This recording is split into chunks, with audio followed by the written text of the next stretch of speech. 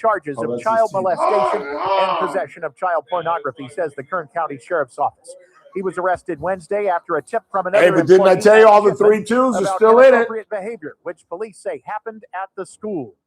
Two brothers Boston of murdering spit the a bit. woman who gave them a place to stay, but then gave them the boot. Well, I told you, I said Minnesota. I said Denver was Davenport has been sentenced to 50 years to life in prison. I said in the back of the head from the back. Let me see. I got it written down. At her apartment complex in 2022. Then he and his brother dumped her body between Rosamond and Mojave. Let me take a look. Pouring juice on her remains to try and attract animals. Then they burned her car. For his part, J. Sean Davenport will do 11 years in state prison. Their girlfriend, who was also there, was found not guilty of all charges against her. The truck turned over, but no lettuce got spilled. That's what the Highway Patrol says happened in a wreck on Bear Mountain Boulevard near General Beale Road Thursday morning about 10:30 that had that road blocked for a good 3 hours. It was a semi hauling lettuce and turned over when the driver went off the road and overcorrected, and it stretched over the entire road. No one was seriously hurt, and the lettuce made it out okay, too. But a man was hurt in an ATV wreck while he was riding Wednesday. Bakersfield police say it happened at the intersection of El Sereno and La France Drive at 8:18 p.m. They're blaming speed for that one. They say the guy hit a curb while he was too fast and was thrown off and had to go to the hospital. I'm Chris Davis in the KERN newsroom with news every half hour and when it breaks on News Talk 96.1 and AM 1230. KERN. To the rest well in a month from now, this Hollywood Big Shot's going to give you what you want. Too late. They start shooting in a week. I'm going to make them an offer he can't refuse. The Ralph Bailey Show. News Talk 96.1 and AM 1230. KERN. And I've seen the promised land. I may not get there with you, but I want you to know tonight that we as a people will get to the promised land. Call in or text to 661-842-KERN. That's 661-842-5376. Listen live at KERNradio.com. Now, the host you've been waiting all day for. Live from the KERN studio, here's Ralph Bailey. Hi, everybody. And a very pleasant good afternoon to you, wherever you may be, however you may be listening. This is the Ralph Bailey Show on News Talk 96.1 and AM 1230, where we stream live at KERNradio.com. Chris Burdick is producing the show on this first day of May. Good googly moogly. The summer fastly approaches. Got a busy show to head into the Kentucky Derby weekend, the race for the roses. I'll be at the fireplace, the fire hydrant, the fire hose. Where am I going tomorrow? Yeah, I get this right. One Firehouse. Firehouse. I'm going to Firehouse tomorrow. And I'm betting on So Happy. I'm so happy. That's my horse. Any connection? No, I just saw a great story. His wife, the trainer's wife, passed away recently. And it's just kind of a sentimental story. It's the first time at the Kentucky Derby. And he's 6-1. Do we have a Horonis horse this year? I don't believe so, no. And in fact, that's funny you should say that because I was going to call Chris to call DT to get maybe him or his father on. We have one of the best racing families that are with us, although they've kind of steered away from the horsing after just some tremendous success a couple of years back. But we'll talk about that. It's a Friday, so Rick Bentley will be here in just a matter of minutes, bottom of the hour. And it's that time again for Tiger Fight Casino Night. Chris Wilson and his wife Holly's battle against pediatric cancer. They had a situation with their son at a very early age, and they got through it thanks to the help of so many in the community. So they wanted to give back, and they created this casino night.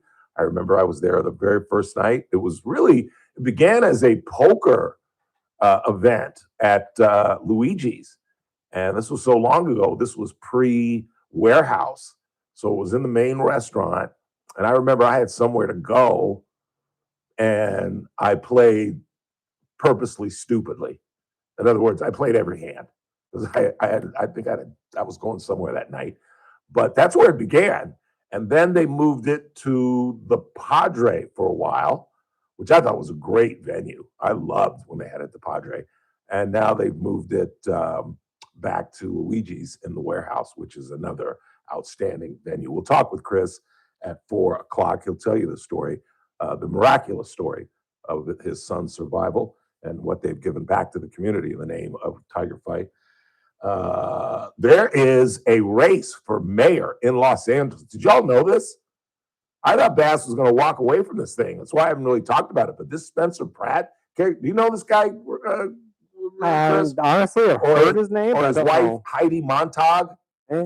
She's some kind of actress. He's some kind of celebrity reality show guy. He was on The Hills. You don't watch that? Mm-hmm.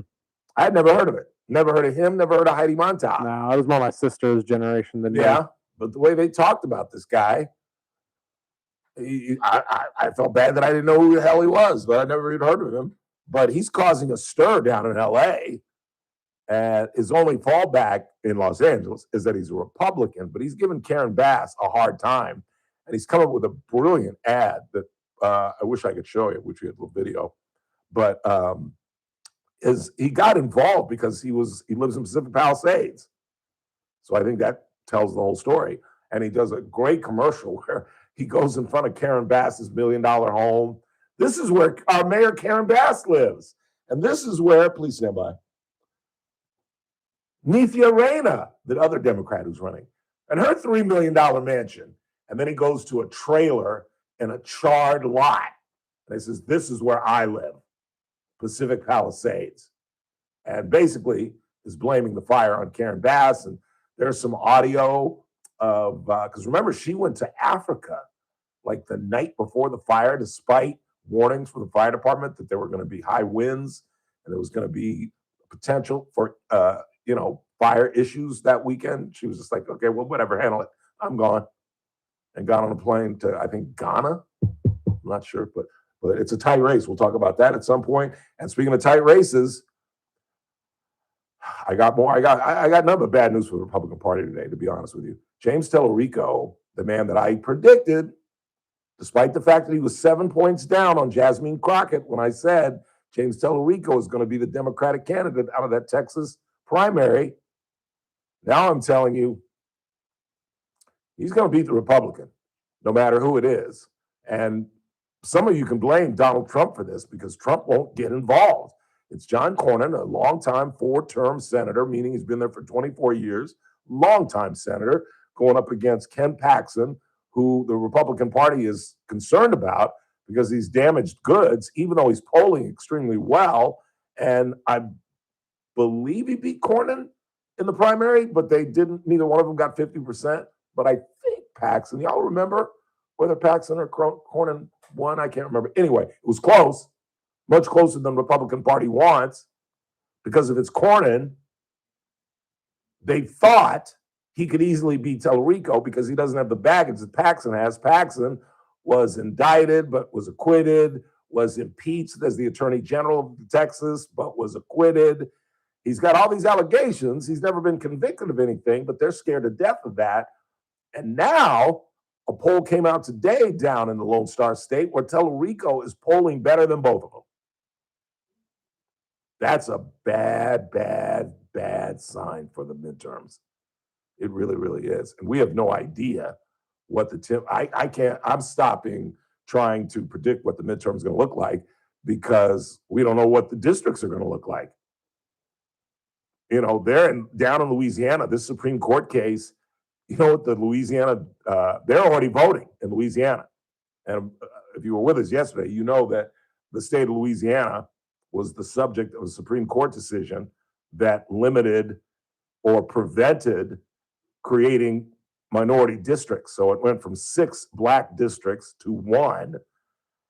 But they're in the middle of a campaign. See, some of these states, they can do whatever they want election-wise. And much like in Texas and Louisiana, they're already voting.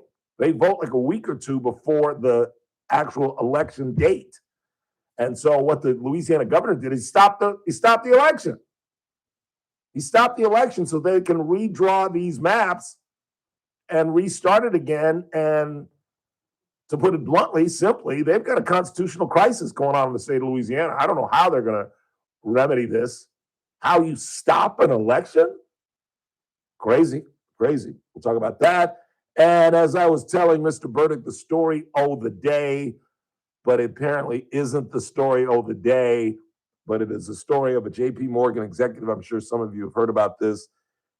He was presenting himself as John Doe. The New York Post outed him today, and his name is Churya Rahar. He is an Indian man who claims that his boss, Lorna Hajin, basically sexually harassed him, jumped on him, and at one point took off her shirt. This is a little explicit, so if you've got kids in the car, give me about 45 seconds to a minute. I'll wait. But she opposed it, according to the John Doe or Mr. Neera Rahar, or whatever, however you pronounce it. She came to him and lifted up her shirt and said, I bet you're, let me get the quote right. I bet your little Asian fish head wife doesn't have cannons like these. And that she spiked his drink with not only roofies, but Viagra, just in case he was uncooperative. That's what he's claiming, because he claims the first time she jumped on him, she got mad because he couldn't get an erection because he's married. He didn't want anything to do with it. There's more to the story, and I'll explain why some are believing that it's unbelievable. And as I said, run for the roses tomorrow. And the Dodgers start a road trip there in St. Louis, probably. Has that started already? 6 o'clock in St. Louis, or is it 5 o'clock in St. Louis? St. Louis is on Central or Eastern? It's Central. You think I would know since I've been there. I think it's 2 hours. Yeah, I think you're right. I think it's Central. But we'll get into that. Mr. Bentley is confirming behind me that it is Central. It's 2 hours. Yeah, okay. And you're going to love this story. They've named the eaglets. Oh. They've named the eaglets, and they're almost ready to fly. They got 63,000 suggestions. They all came from school children. Nice. And it's a great story. Great idea. Do you remember the last time we spoke to Ms. Vorseer from Big Bear Valley? And she told us about the death of Sandy Stiers, the first woman. We've spoken with them 3 times. We've spoken to Vair twice. And the first time we talked to Sandy Stiers, but she passed away. So what did they name one of the eaglets? Sandy. Nice. I thought that was cool. Sandy and Luna. And they're huge. They're getting really big, really early. Both girls? We don't know, to be honest. Sandy is one of those Terry names. Yeah, I mean, that one can go either way. Right. Luna sounds feminine, but a little bit. If you're a Samoan, maybe not. Yeah, and I guess, they're eaglets, so who really cares? Yeah, exactly. All right, let's get started. They'll come back and tell you the latest on Epic Fury. The 60-day deadline has hit. And Pete Hexas says, no. It doesn't count. I'll explain how he explained. And the president says he is not happy with the terms the Iranians are putting forward. There's a shock. So the stalemate continues. And while the stalemate continues, gas prices nationally jumped a dime last night. They've gone up 30 cents nationally in a week. And they've gone up $1.41 since the wars began. And some are speculating that barrels of oil will sell at close to $150 very, very soon. Quick time out. We're just getting started on a Friday. It's the Ralph Bailey Show on News Talk 96.1 AM 1230, streaming live at KernRadio.com. Kern Radio, News Talk 96.1 and AM 1230, KERN. First Look with Scott Cox, morning 6 to 9 a.m. On the Monday edition of the First Look program, we'll spend 3 hours talking about the Kentucky Derby, probably.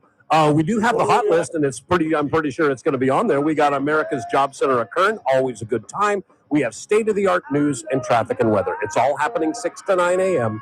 later at News Talk 96.1 and AM 1230 KERN. News Talk 96.1 and AM 1230 KERN. Summer is coming up, and a lot of you will have folks from out of town, relatives visiting, and there are just some things that you must see if you're visiting the city of Bakersfield. And one of them is the best steakhouse in Kern County, and that's KC Steakhouse. So if you've got relatives coming into town, make sure you take them to F Street and give them the KC experience. And make sure you go next door as well to the Stockyard, the Speakeasy-like bar. Make sure it's a Thursday, Friday, or Saturday night because there's live music in the Stockyard on those nights. And of course, Jimmy and Bobby are providing live music Tuesday through Saturday in the main restaurant. And even if your relatives aren't necessarily steak people, Chef Daniel has expanded the menu. There are all kind of different chicken dishes. I told you about the different fish dishes, the salmon, the halibut, the mahi-mahi. Where would you rather be? That's the place you have to show visitors of our community our great steakhouse, KC Steakhouse, longtime sponsors of the Ralph Bailey Show. Gas costs more. Groceries cost more. And Sacramento keeps making decisions like Kern County doesn't exist. Andre Gonzalez isn't waiting around for someone else to fix it. Born and raised right here in Bakersfield, Andre Gonzalez has spent his career delivering for this community. He created a community land trust so working families can actually afford to own a home. He's fought to make sure Kern County gets its fair share from Sacramento to fix roads and build water infrastructure, not just the scraps LA and the Bay Area leave behind. Andre Gonzalez is backed by California's firefighters, classroom teachers, and he is the only candidate endorsed by the California Democratic Party. Join them. Vote for Andre Gonzalez for State Assembly on or before June 2nd. Ad paid for by California Credit Union League Political Action Committee, not authorized by a candidate or a committee controlled by a candidate. Support comes from Amazon Business. You can't rely on guesswork to run your business. With smart business buying, innovative AI tools optimize your purchasing experience, paired with delivery options built for business. Empower your team today. Learn more at amazonbusiness.com. Giving your liver a spring cleaning is easy with Active Liver from New Nordic, the delicious daily detox that will keep you feeling your best. Search for Active Liver by New Nordic on Amazon or pick up some at your local CVS, Wegmans, or GNC. Ryan Reynolds here from Mint Mobile. I don't know if you knew this, but anyone can get the same premium wireless for $15 a month plan that I've been enjoying. It's not just for celebrities, so do like I did and have one of your assistants switch you to Mint Mobile today. Visit mintmobile.com/radio. Upfront payment of $45 for 3-month plan, equivalent to $15 per month required. Intro rate first 3 months only. Then full price plan options available. Taxes and fees extra. See full terms at mintmobile.com. Hey folks, Scott Cox here, host of the First Look with Scott Cox radio program. You are listening to the Ralph Bailey Show right here on Newstalk 96.1 and AM 1230 KERN. You can remember your name, 'cause there ain't no one for to give you no pain.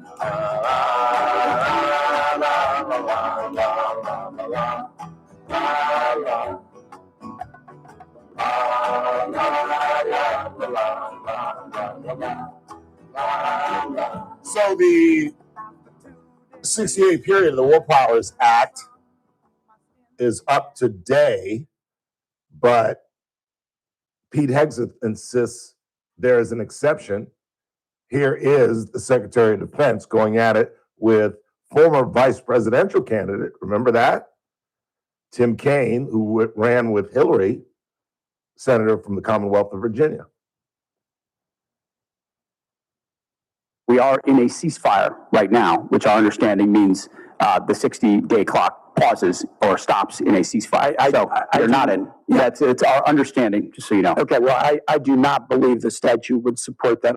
That's a great question. Look at Pete Hegseth. Smarter than I thought. That I don't think he's right, but that's not a bad, I don't know, excuse, I suppose, or reasoning. Meantime, the president said he is not happy with the situation. He was talking with the press as he was getting on Marine One this morning. He was in Florida later this afternoon and walked the press line. He was talking with Peter Ducey, who asked him, what's next? What kind of options? How would it work? Well, there are options. I mean, do we want to go and just blast the hell out of him and finish him forever, or do we want to try and make a deal? I mean, those are the options. Do you want to go blast the hell out of him? I prefer not. Forever? On a human basis, I prefer not, but that's the option. Do we want to go in there heavy and just blast them away? or do we want to do something? They're a very disjointed unitship, as you can understand, Peter. Very disjointed. I mean, they're not getting along with each other, and it puts us in a bad position. One group wants to make a certain deal, the other group wants to make a certain deal, including the hardliners. The hardliners want to make a deal too. Why wouldn't they? They have no Navy, they have no Air Force, they have no anti-aircraft, they have no nothing. They have uranium. They have a whole lot of uranium.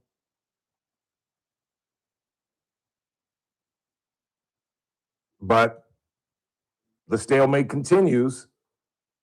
And this is why every day when we talk about this, I'm going to say he's got to play it straight. Because now he looks like a paper tiger. Now he looks like the taco man.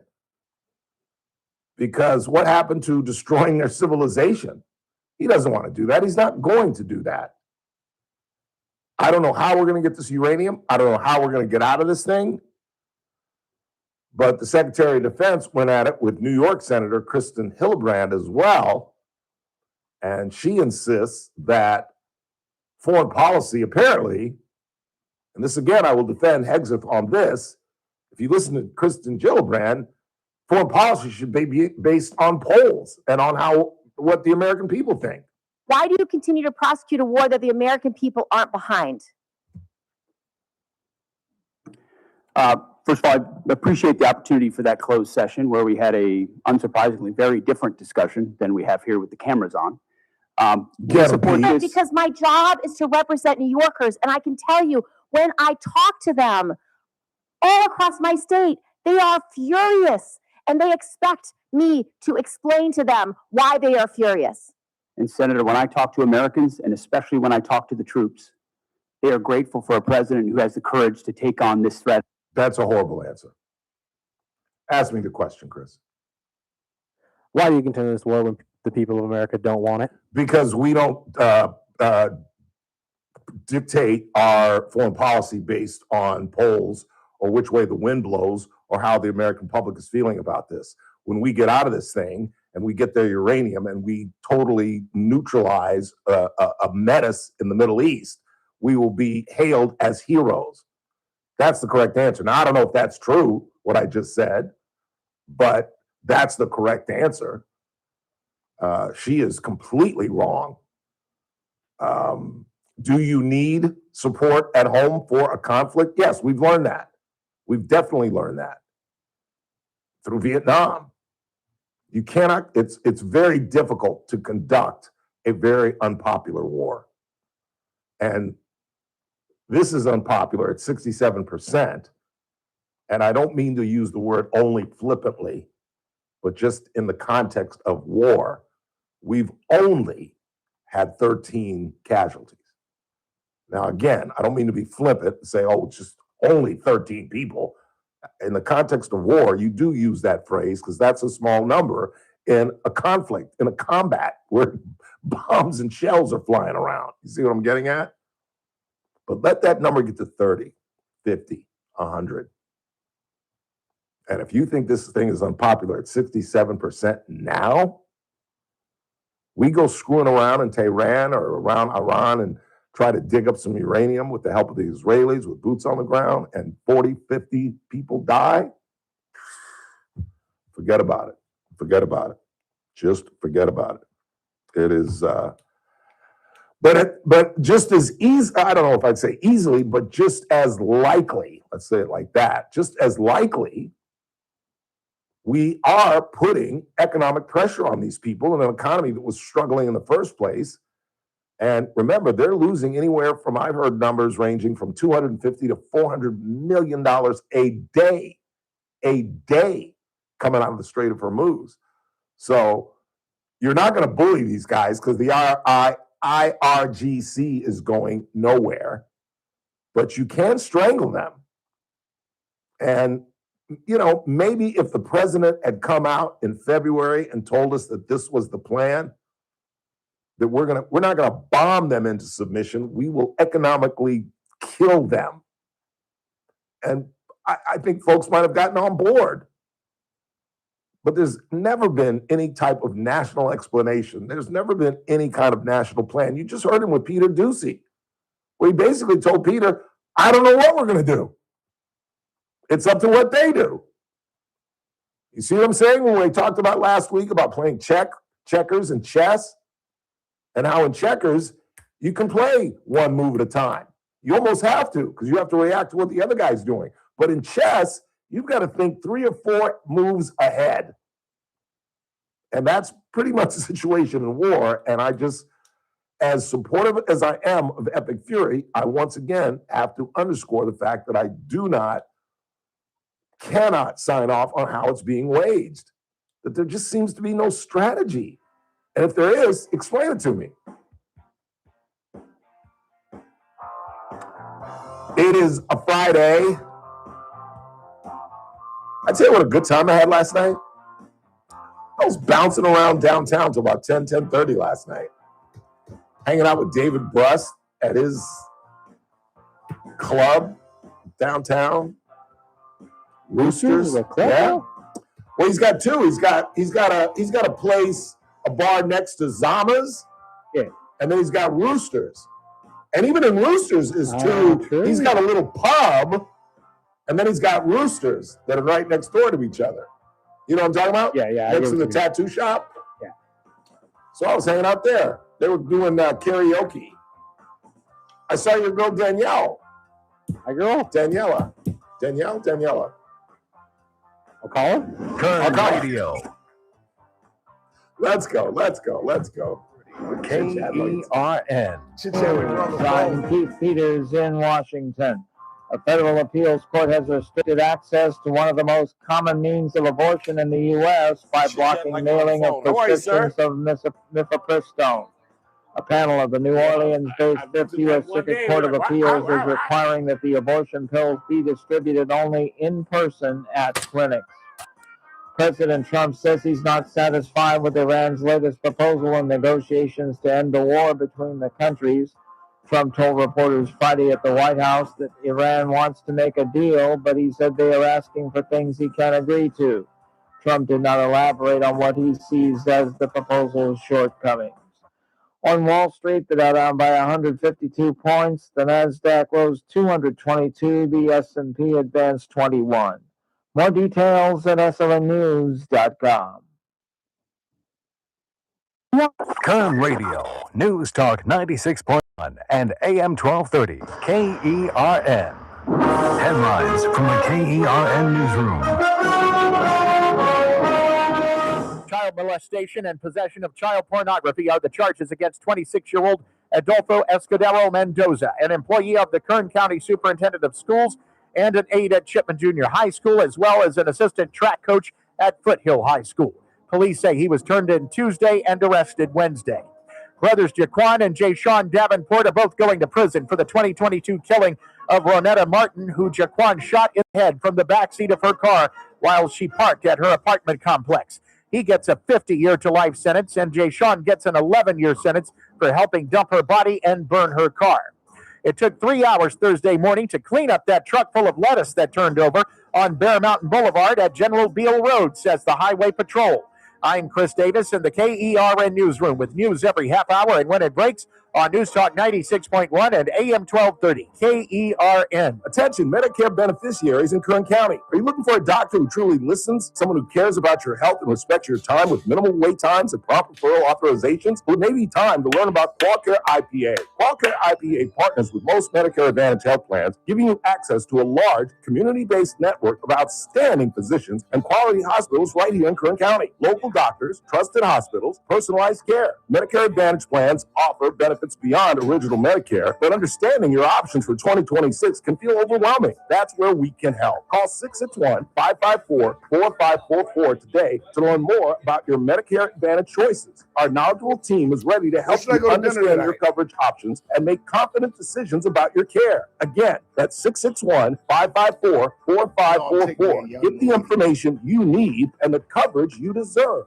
For accommodations of persons with special needs at meetings, call 661-554-4544. 554-4544, TTY 711. We've all been there. Sleepless nights, mind racing, wondering if your business's security service is really protecting what matters.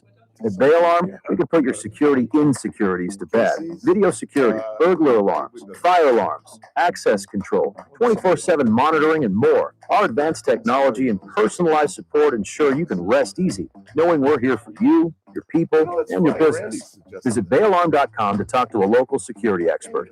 Bay Alarm, we got you. Coming up on the Monday edition of the Clay Travis and Buck Sexton Show, what is happening in this showdown in the Strait of Hormuz? Gas prices here at home pretty high, but Trump doesn't seem the least bit worried. Plus, coming up, he's going to be meeting with Xi Jinping of China. It's going to be quite a conversation between those two. We'll talk about that and much more coming up. Monday edition of Clay Travis and Buck Sexton. Live at 9 a.m. News Talk 96.1 and AM 1230 KERN. Hey, it's JR Flores. Catch my show, The JR Show, starting at 1 p.m. Now back to the Ralph Bailey, AM 1230 KERN.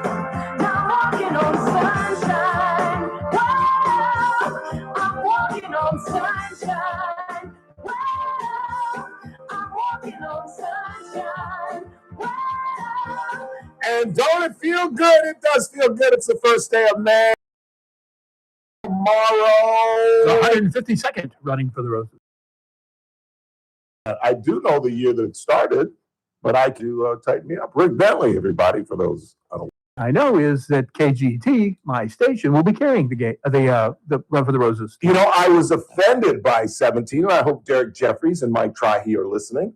Well, share. They did a wonderful little bit that I was going to steal, where one of their employees went around and asked all the staff members, including Mr. Jeffries and Mr. Trahey and all the staff, who they liked the Kentucky Derby. And I sat there and I said, I can't wait to hear Mr. Bentley. Oh. And there was no Rick Bentley. Are you not part of the family, Derek Jeffries? Is this man not part of your family? Oh, I'm a big. What is up with that? I'm a big part of their family. That's right. But I don't work there all day long. And so, so when they did it, you weren't around. I wasn't around. Yeah, I know. I'm just giving that crap. Yeah. I like to give DJ crap. He's a good guy. Really good guy. So what's going on? Well, we have. Oh, you got to be kidding me. A visitor today. No. Yes. Kernak. The magnificent. That's right. Yes, I was out on the porch of Funk and Wagnall at 3 a.m. this morning, making sure these were getting written because they hadn't been put in the mayonnaise jars until then. Simsalabim. So now, with your divine ability, you're going to ascertain the answers to questions before you even read the question. Before I even read the question. That's what I said, before you even read the question. We're going to spend the rest of the show repeating each other. So, Great Kernak. Yes. I have the very first envelope. The first envelope. The first envelope. Top Gun. Top Gun. I'm sorry. I just said it better. What do you call your weapon stored on a high shelf? That's your Top Gun. All right, very good. You're welcome. Gotta get some momentum going. That's all. Yeah, That's all. like I said, gotta get a little momentum the going. people at Funk and Wagnall said if you hire some better writers, you might have some better jokes. So you're getting what you get. All right. All right. Envelope number 2. You get what you pay for, folks. Exactly. You know what I'm saying? Ooh, this is a tough one. I've got to dig deep. Dig deep. Tiger Woods, Jack Nicklaus, and Arnold Palmer. Tiger Woods, Jack Nicklaus, and Arnold Palmer. That's right.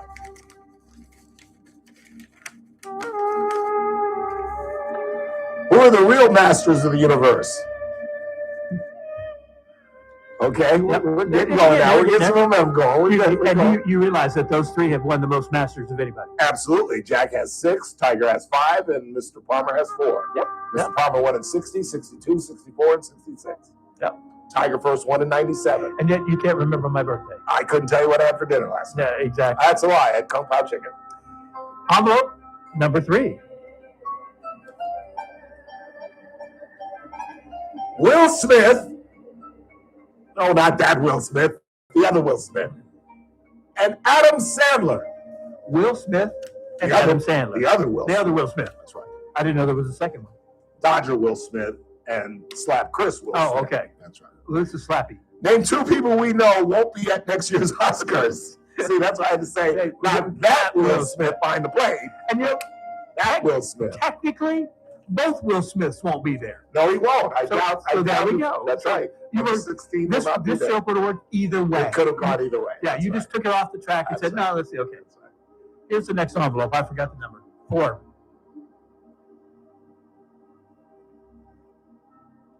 It's a large name.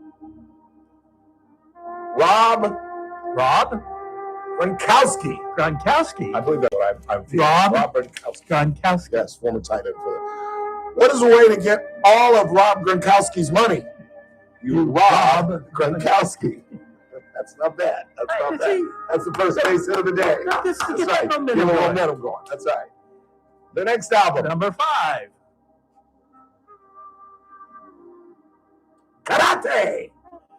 Karate. Or karate. This I've got a joke, little Asian for this blood. joke, it's What does a martial arts expert drink? Karate. Karate. Oh, karate. I blew the whole joke. I'm sorry. I missed rehearsal. I What work do you with want? amateurs here. Yes, I missed rehearsal. All right, number 6. Number 6. A pinch hitter. A pinch hitter. Yes, which you sometimes are. I know. And you will be in August when I go on vacation.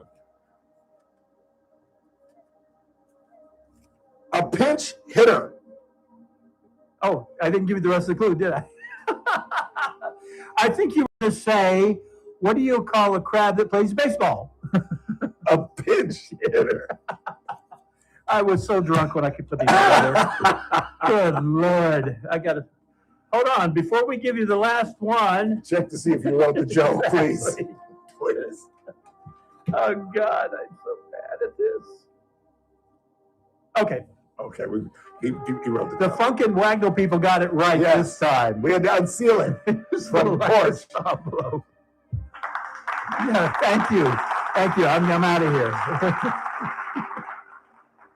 May an elephant with gas interrupt your bath? Is that a bubble bath? Yes. Okay. That's the joke. Steph Curry. Steph Curry. Greatest shooter in the history of the National Basketball Association. Yep. You say. Which seasoning makes your step hotter? A little Steph Curry. All right. There you go. Rick Bentley, everybody. And Karnak. Magnificent. Karnak is always at the mercy of these writers, and sometimes they don't hit home runs. They were pretty good. It was pretty good. Yeah. So what else is going on? I see Michael did big box office. Big box office. So what's your point? 3rd highest rated biopic already in its first weekend. So what's your point? There's no point. I'm just stating facts. Just stating. Why is my phone working? You realize that Porky's was the #1 movie its weekend opened. Say what's what? You realize that the movie Porky's was its #1 the weekend opened. A classic. But I'm just saying. A classic. It's a classic. Are you criticizing the classic? But it does not make it a good movie. Porky's? Porky's is a classic. This explains a lot about you. Yes, it does. Why you and I My say infantile humor? Are you kidding me? It's sort of like you're driving a freeway and I'm on the Autobahn.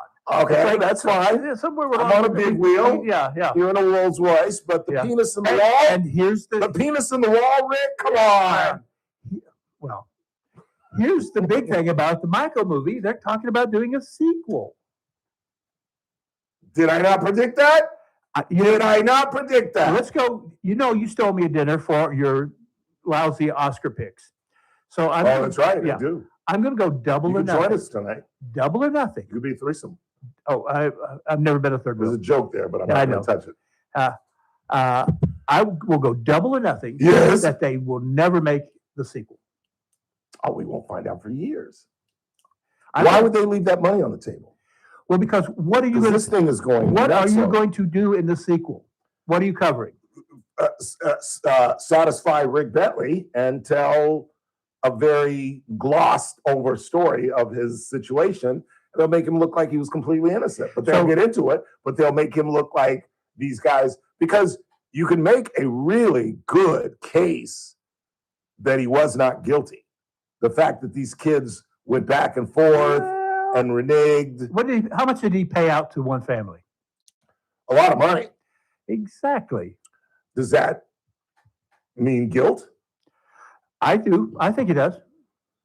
I would say if you're an innocent man, if somebody accuses me of sexual assault, and you have the money to make it go away, you're going to let it linger and take it to trial. Because what does not go away is the presumption that because you paid the money, you are guilty. Celebrities do that every day, Rick. You know that. Well, and they're still guilty of it. Every celebrity that breaks a settlement, they're still guilty. No, I totally disagree because I know a friend, Diamant, one of my celebrity friends, paid off somebody just to make it go away. He was completely innocent.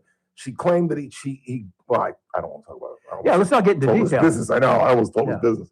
Well, they settled it, so it doesn't matter. Well, I don't know. There was a situation in an elevator. Right. And she completely made it up. And fortunately, they even had cameras, and he still paid her just to make it go away. Just to make it go away. Why? Because it would have been more of a pain in the ass. I'm going to tell you, fight it. My reputation is more important to me than if I had $1 billion, trillion, billion dollars. My reputation means more to me. I will fight you in court. Well, I will bury you in court. That's outstanding. And that's because you're a character guy. But you're not going to sit here and tell me settle matters like this simply to make it go away.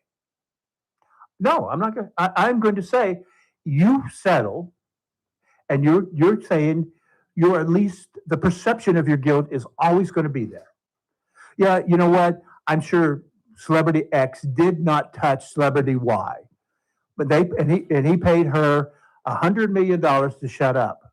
The only reason I believe this, and I'll give them the benefit of the doubt, is because I was in not a similar situation, but I was accused of an outrageous crime when I was on television. An outrageous crime, a silly crime. I've talked about it, but I'm not going to rehash it. Just something that is just an impossibility. I'm just not good for. There's certain things I'm good for.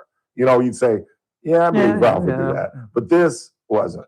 And Larry Fields was my attorney. And I begged Larry, just let me go talk to the cops. Let me explain. He said, absolutely not. Shut up. I go, how can the truth hurt me, Larry? Just let me speak. And he's like, nope. This is, if you're going to hire me, listen to me. So you see him saying I was completely not guilty. But doesn't that make me look guilty if I don't speak my truth? Yeah. Exactly. So that's why I think that this happens often, where not guilty people will make something just go away so as not to have to deal with it. So it's not in the paper, doesn't linger. I still say the perception's there. You are tainted by that. It's like I have always made sure that in the workplace, I don't say or do anything to offend somebody in the office. No, not me. Okay. No, I'm very careful about it. No, I'm kidding. Because all you need is that accusation on your record. And that's going to follow you. And my reputation to me is so important to me. I would fight tooth and nail if I had the proof. If it's he said, she said, I'm going to take it even to court that way. If you don't have proof and I don't have proof, what do? We don't just lean toward one or the other. We don't flip a coin. And so we have to dismiss. So I just feel like reputation is so important. And I'm just saying, as far as I'm concerned, it just looks like you're guilty when you pay off. And I get it. Lawyers, they don't want to go through all the hassle and all the depositions and everything. But also, I think sometimes if you just take it to court and you start the process, the person's going to, he's going to see they don't have any proof. Ask one of your lawyer friends. Well, in fact, now that I think about it, I've personally been in this situation at this radio station where I said something, and it was perceived by somebody as something else, and our management decided just to say, "Yeah, he did it," and I got punished for it, and I didn't do anything wrong. But you didn't try to defend it. I had no choice. It was up to management, and they decided to punt on it just to make it go away. Well, you could have quit. We could have fought it. You could have quit. See, that's nice in theory. I know. But I was a 55. Yeah, I get it. I was a 55-year-old man now quitting without health insurance. Yeah. That's easy to say for you. Yeah. You got tons of money stored away Oh, in the backyard under a it's rock. not money. It's gold bars. Exactly. Those are easier to bury. Exactly. Yeah. So I don't have those. Yeah, all that big newspaper money. Remember that, don't you? Remember how big those were? Boy, those big Californian checks. Boy, they were just googly boogly. That's right. My former editor had one of those little change things on his on his belt. Oh, Rick, it's your weekly salary. Ching, ching, ching, ching. Oh, I started as a correspondent. You at least was on salary. I got paid per article, which I loved actually. Yeah. Because I purposely had no news from the North County on Fridays. Oh. You know, because you could write whatever you want. So I would write like 2 articles a day, Monday, Tuesday, Wednesday, Thursday, because I covered McFarland, and I'd go play golf on Fridays. Yeah. I would check. I'd make my calls in the morning just in case. Sure, in case. You know, I don't want to be out, in Wasco playing golf. Yeah, the mayor got shot. Yeah, exactly. So I'd make my calls, but most Fridays I was on the golf course. It was fun. Yeah. What else is going on? I'm surprised you didn't know about Spencer Pratt. I had no idea about Spencer Pratt. I've never heard of him. Tell us about him. Well, I'm going to talk about him in about half an hour. This couple, Heidi Montag. Yeah, this reality couple are some of the biggest self-promoters on the planet. Ever since they were on The Hills, which is when we say reality show, we should always do the air quotes because that whole show was scripted, but it was presented as if it was, the cameras are just watching while they, okay. So after that went off, those two made a career out of reality TV. They were on Big Brother. They were Big Brother UK. I'm a Celebrity, Get Me Out of Here. Celebrity. I'm a Celebrity, Get Me Out of Here. Yeah, it was one of those reality shows where they took a bunch of celebrities into the jungle to do that sort of Bear Grylls, you're going to survive, and they would stay until there's a challenge, or they go, get me out of here. I can't take this anymore. So yes, they were on that. They were on Celebrity Wife Swap. The only real reality show, and I think I've told you this in my opinion, is Chris. The only real reality show. Real World? No, Deadliest Catch. Oh, that's right. Yeah. Deadliest. The only real that is that. Now that's real. These are guys in the deep part of the North Atlantic. That Jack. In fact, the guy died on the show. Died on the boat. I like Survivor Man. I like watching that. Really? Yeah. But I also feel like, he says, well, I'm going to be out here 7 days without water, without, food or anything. There's a case of Coors over the corner, I'm sure, somewhere. Yeah. And like, come on, you're not going to stay out there with no water. Come on. What, 3 days tops? 7 days. Is it 7? 7 days. Yeah. And so it's like, especially the water. No, I mean, but physiologically. Oh, you can go without water. 3 days. Yeah, it's 3 days. Yeah. So no, that's not gonna happen. Yeah, it's a month for food, 3 days for water. Yeah. What is it? 3 minutes for air or something like that. Yeah, about 3 or 4 minutes. Yeah, before you get brain damage. But all of it's fake. It's all so fake and everything. But Heidi, his wife, and they did one of those celebrities blend their names. They became Spidey because he was Spencer and she was Heidi. She was on The Masked Singer. They made their career out of reality television. That's incredible. And so then you don't think he has a chance of winning mayor? I think he has every chance of winning. Now, because now I'm like, well, damn, I don't want him to win, but I don't want Karen Bass to win. Look at the world we're living in. Yeah. And where we are giving so much notice to celebrity reality people. How old is this kid? I'm thinking he's in his 40s. Oh, he is? In that Okay. area. Yeah. All right. Well, have you seen his mayororial commercial? I heard you talking about it. Very powerful. Yeah. It really is. It's really well done. But I get it. He says I'm living in a trailer, but they've made millions from these reality shows. So yeah, but the backdrop of she put out an album. The backdrop of his burned down home is pretty powerful. Well, there's when he juxtaposes it, because he starts with, "This is Karen Bass's $2 million home," and then there's a second Democratic candidate. He's in front of her $3 million mansion, and then he's standing there in charred rubble with a silver trailer in the back. And this is where I and my Pacific Palisades neighbors live. I would love powerful. to know. I would love a reporter in LA to go and say, do you actually live in that trailer? Because I'll bet you anything. They're living in a Beverly Hills mansion. Yeah. And that trailer's there for probably the people going to clean up the land and start rebuilding the home. And I get it. That those fires were horrific. But don't pun intended, don't blow smoke up me when I know you've made millions and millions off of these reality shows, and and I get it. If the fires had hit Bass's home and burned it down, there'd have been a trailer out front of that while they were building that. So she's susceptible on that issue. That's what he's trying to get at. Well, because she, as I mentioned, flew off to Africa like 2 nights or the night before the fire, despite the fire department warning her that, hey, there are going to be high winds this weekend. There's a high probability that we might have some fire problems. And she basically said, well, handle it. I'm going to Ghana. Well, and technically, what could she have done? But I'm not going to defend her.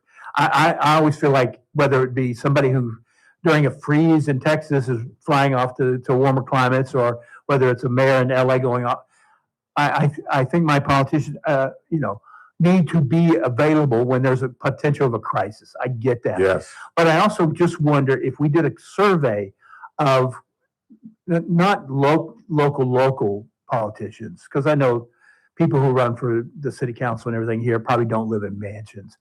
But then again, I wonder how many of those people who are running for Senate, the Congress, governor, all those sort of things, what kind of homes are they living in? I mean, I think they're all living in those homes. So are we going to run out the millionaires? Are we just going to, I believe this is a country where anybody can grow up to be president, but I don't believe everybody should grow up to be president.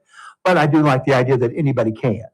And so, but do we fault them because they've got money? I don't know. It's a sticking situation. Well, yeah, I don't think it's a money thing necessarily, because that Pacific Palisades house, I don't care where it is in Pacific Palisades, that's a 7-figure house. No, it's probably any house in Pacific Palisades right now is 7 figures. Are you kidding me? When they said this is her $3 million mansion, I'm thinking that's kind of a low scale mansion anyway. But but that's the thing. We live in a time when celebrity has a lot of pull, a lot of gravitas. And I do feel like he's got that name recognition that what's going to happen is people are going to wander into, and they're going to be maybe like you're thinking, I don't want this kid, but do I really want her? Yeah, that's the deal. Nobody wants Karen Bass. Maybe people aren't voting for him, but they're voting against her. And the third candidate just stepped in it 3 days ago. I've got some audio I might play off my phone where they were complaining about a homeless encampment near a school. And she said, what's the big deal? They're not bothering the kids. Oh. And the parents just went, have you lost your... So she's out. Yeah, she's completely out. She's done. So it's between him and Spencer. Yeah, and I don't think either one was going to get a majority, so it'll be a runoff.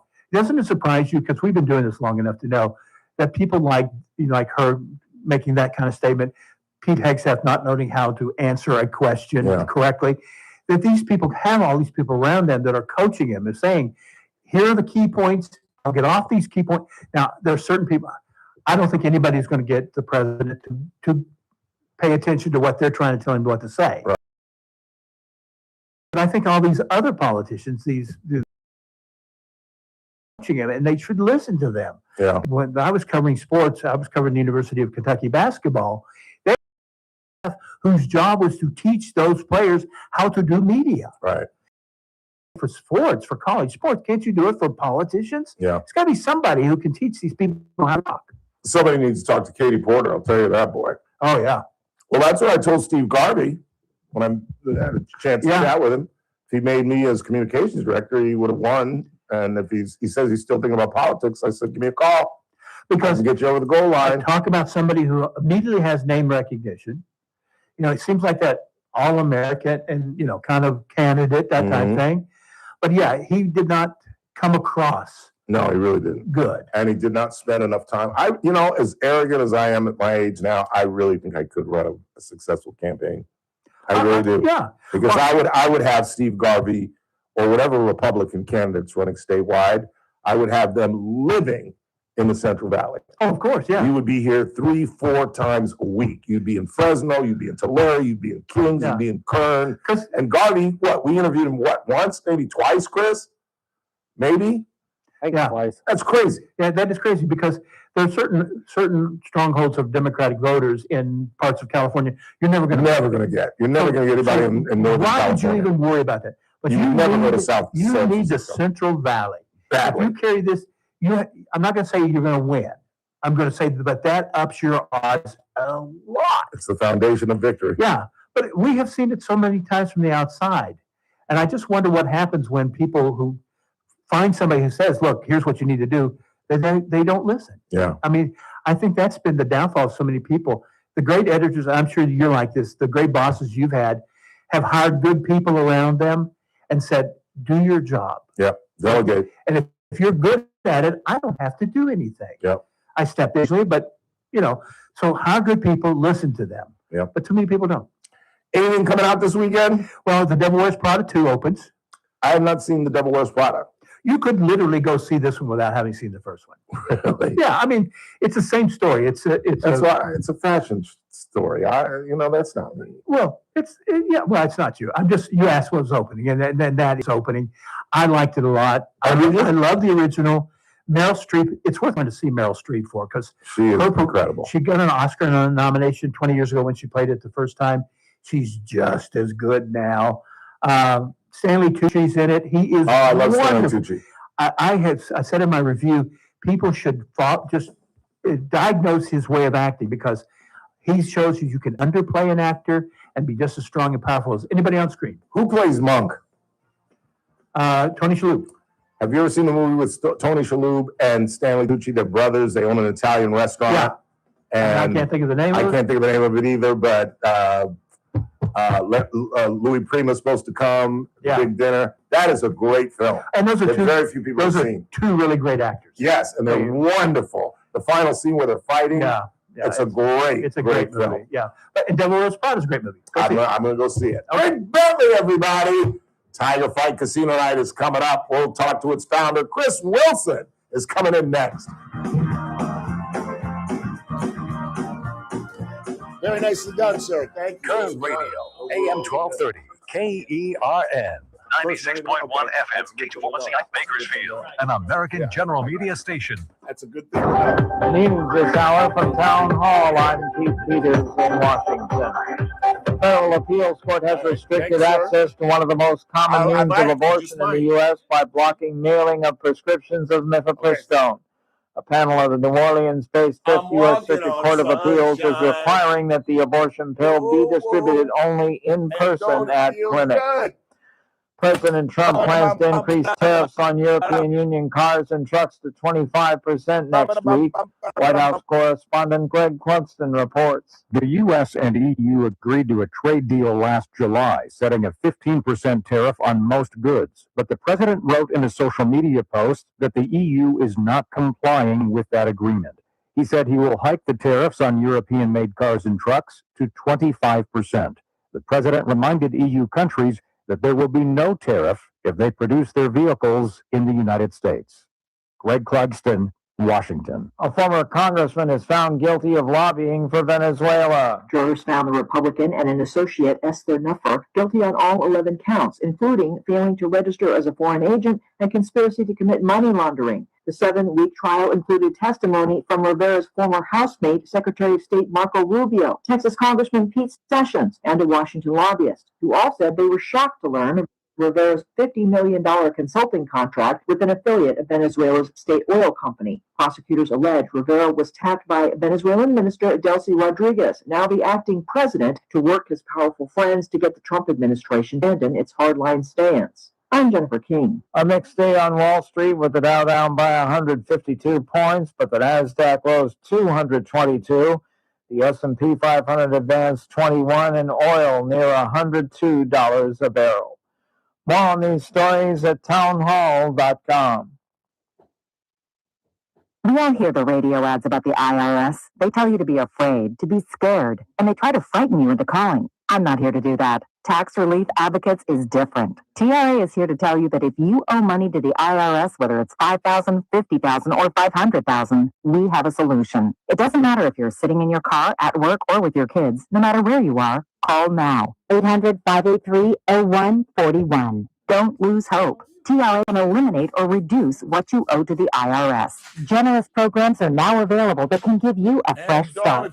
Our passion is taxes and helping individuals fix their IRS problems. We have over 1,000 5-star reviews on Google and an A+ with a Better Business Bureau. You don't need to be afraid of the IRS any longer. End your tax nightmare today by visiting us online at TRA.com or call 800-583-0141. That's 800-583-0141.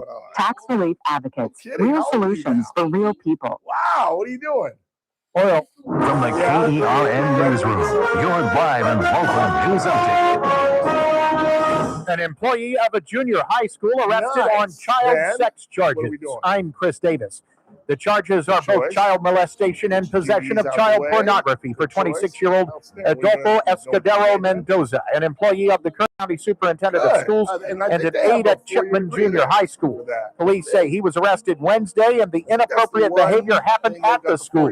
He also works for the Kern High School District and is an assistant coach for the Foothill High School track and field program. Police are looking for tips about any additional victims. Guilty of the 2022 murder of Ronetta Martin by shooting her in the back of the head as she pulled into her apartment complex, Jaquan Davenport has been sentenced to 50 years to life in prison, and his brother found guilty of helping to dispose of her body and burning the car in which she was shot from the back seat. J. Sean Davenport gets 11 years in prison. Prosecutors say the brothers were mad because she had booted them from her apartment and felt disrespected. They dumped her body between Rosamond and Mojave and poured juice on it, hoping animals would take care of her remains. You may have heard about the 24-hour speeding enforcement period by the Highway Patrol from earlier this week, where the Mojave District says they gave out 150 tickets. Now the Bakersfield District says they gave out more than 500 tickets and made 14 DUI arrests. 5 of those tickets were for going over 100 miles per hour. An ATV crash had a man hurt at the intersection of El Sereno and La France Drive at 8:18 p.m. Wednesday night, say Bakersfield police. They say the guy was going too fast, hit a curb, and was thrown off of the ATV and ended up going to the hospital. It wasn't clear how he was doing. I'm Chris Davis in the KERN Newsroom with news every half hour and when it breaks on News Talk 96.1 and AM 1230. KERN. To the rest of all in a month from now, this Hollywood Big Shot's going to give you what you want. Too late, baby. That's true in a week. I'm going to make him an offer again. The Ralph Bailey Show. News Talk 96.1 and AM 1230. KERN. And I've seen the promised land. I may not get there with you, but I want you to know tonight that we as a people will get to the promised land. Call in or text to 661-842-KERN. That's 661-842-5376. Listen live at KERNradio.com. Now, the host you've been waiting all day for. Live from the KERN studio, here's Ralph Bailey. Hour 2 of the broadcast on this Friday. First day of May. Prom time. Graduation time. Chris, do you remember your prom? Honestly, not much of it, but that was on a different level. My prom was an absolute disaster. Uh-oh. Absolute disaster. Because of you or because of something else? What do you think? Yeah. Because of me. I basically tried to hook up with another girl on my prom. Oh, what is wrong with you? I'm stupid. I'm absolutely stupid. We've got lots to do with the program coming up. We'll talk more about what we were talking about with Mr. Bentley, Spencer Pratt, the mayoral candidate. Come up with 5. We'll tell you about this J.P. Morgan story that may not be true, where a former executive of J.P. Morgan is accusing his female boss of sexually harassing him. And tomorrow's the Kentucky Derby, the run for the roses. We'll take a look at the field.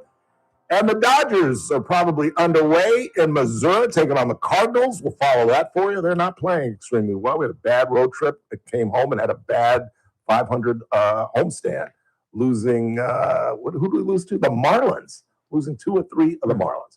But as those of you who are viewing on YouTube can see, we've got guests, Chris Wilson, the man that has started Tiger Fight Foundation and the cause of Tiger Fight Foundation. Chris, introduce your 18-year-old son. It just blows me away. It really does. Hey, thanks, Ralph. Thanks for having us.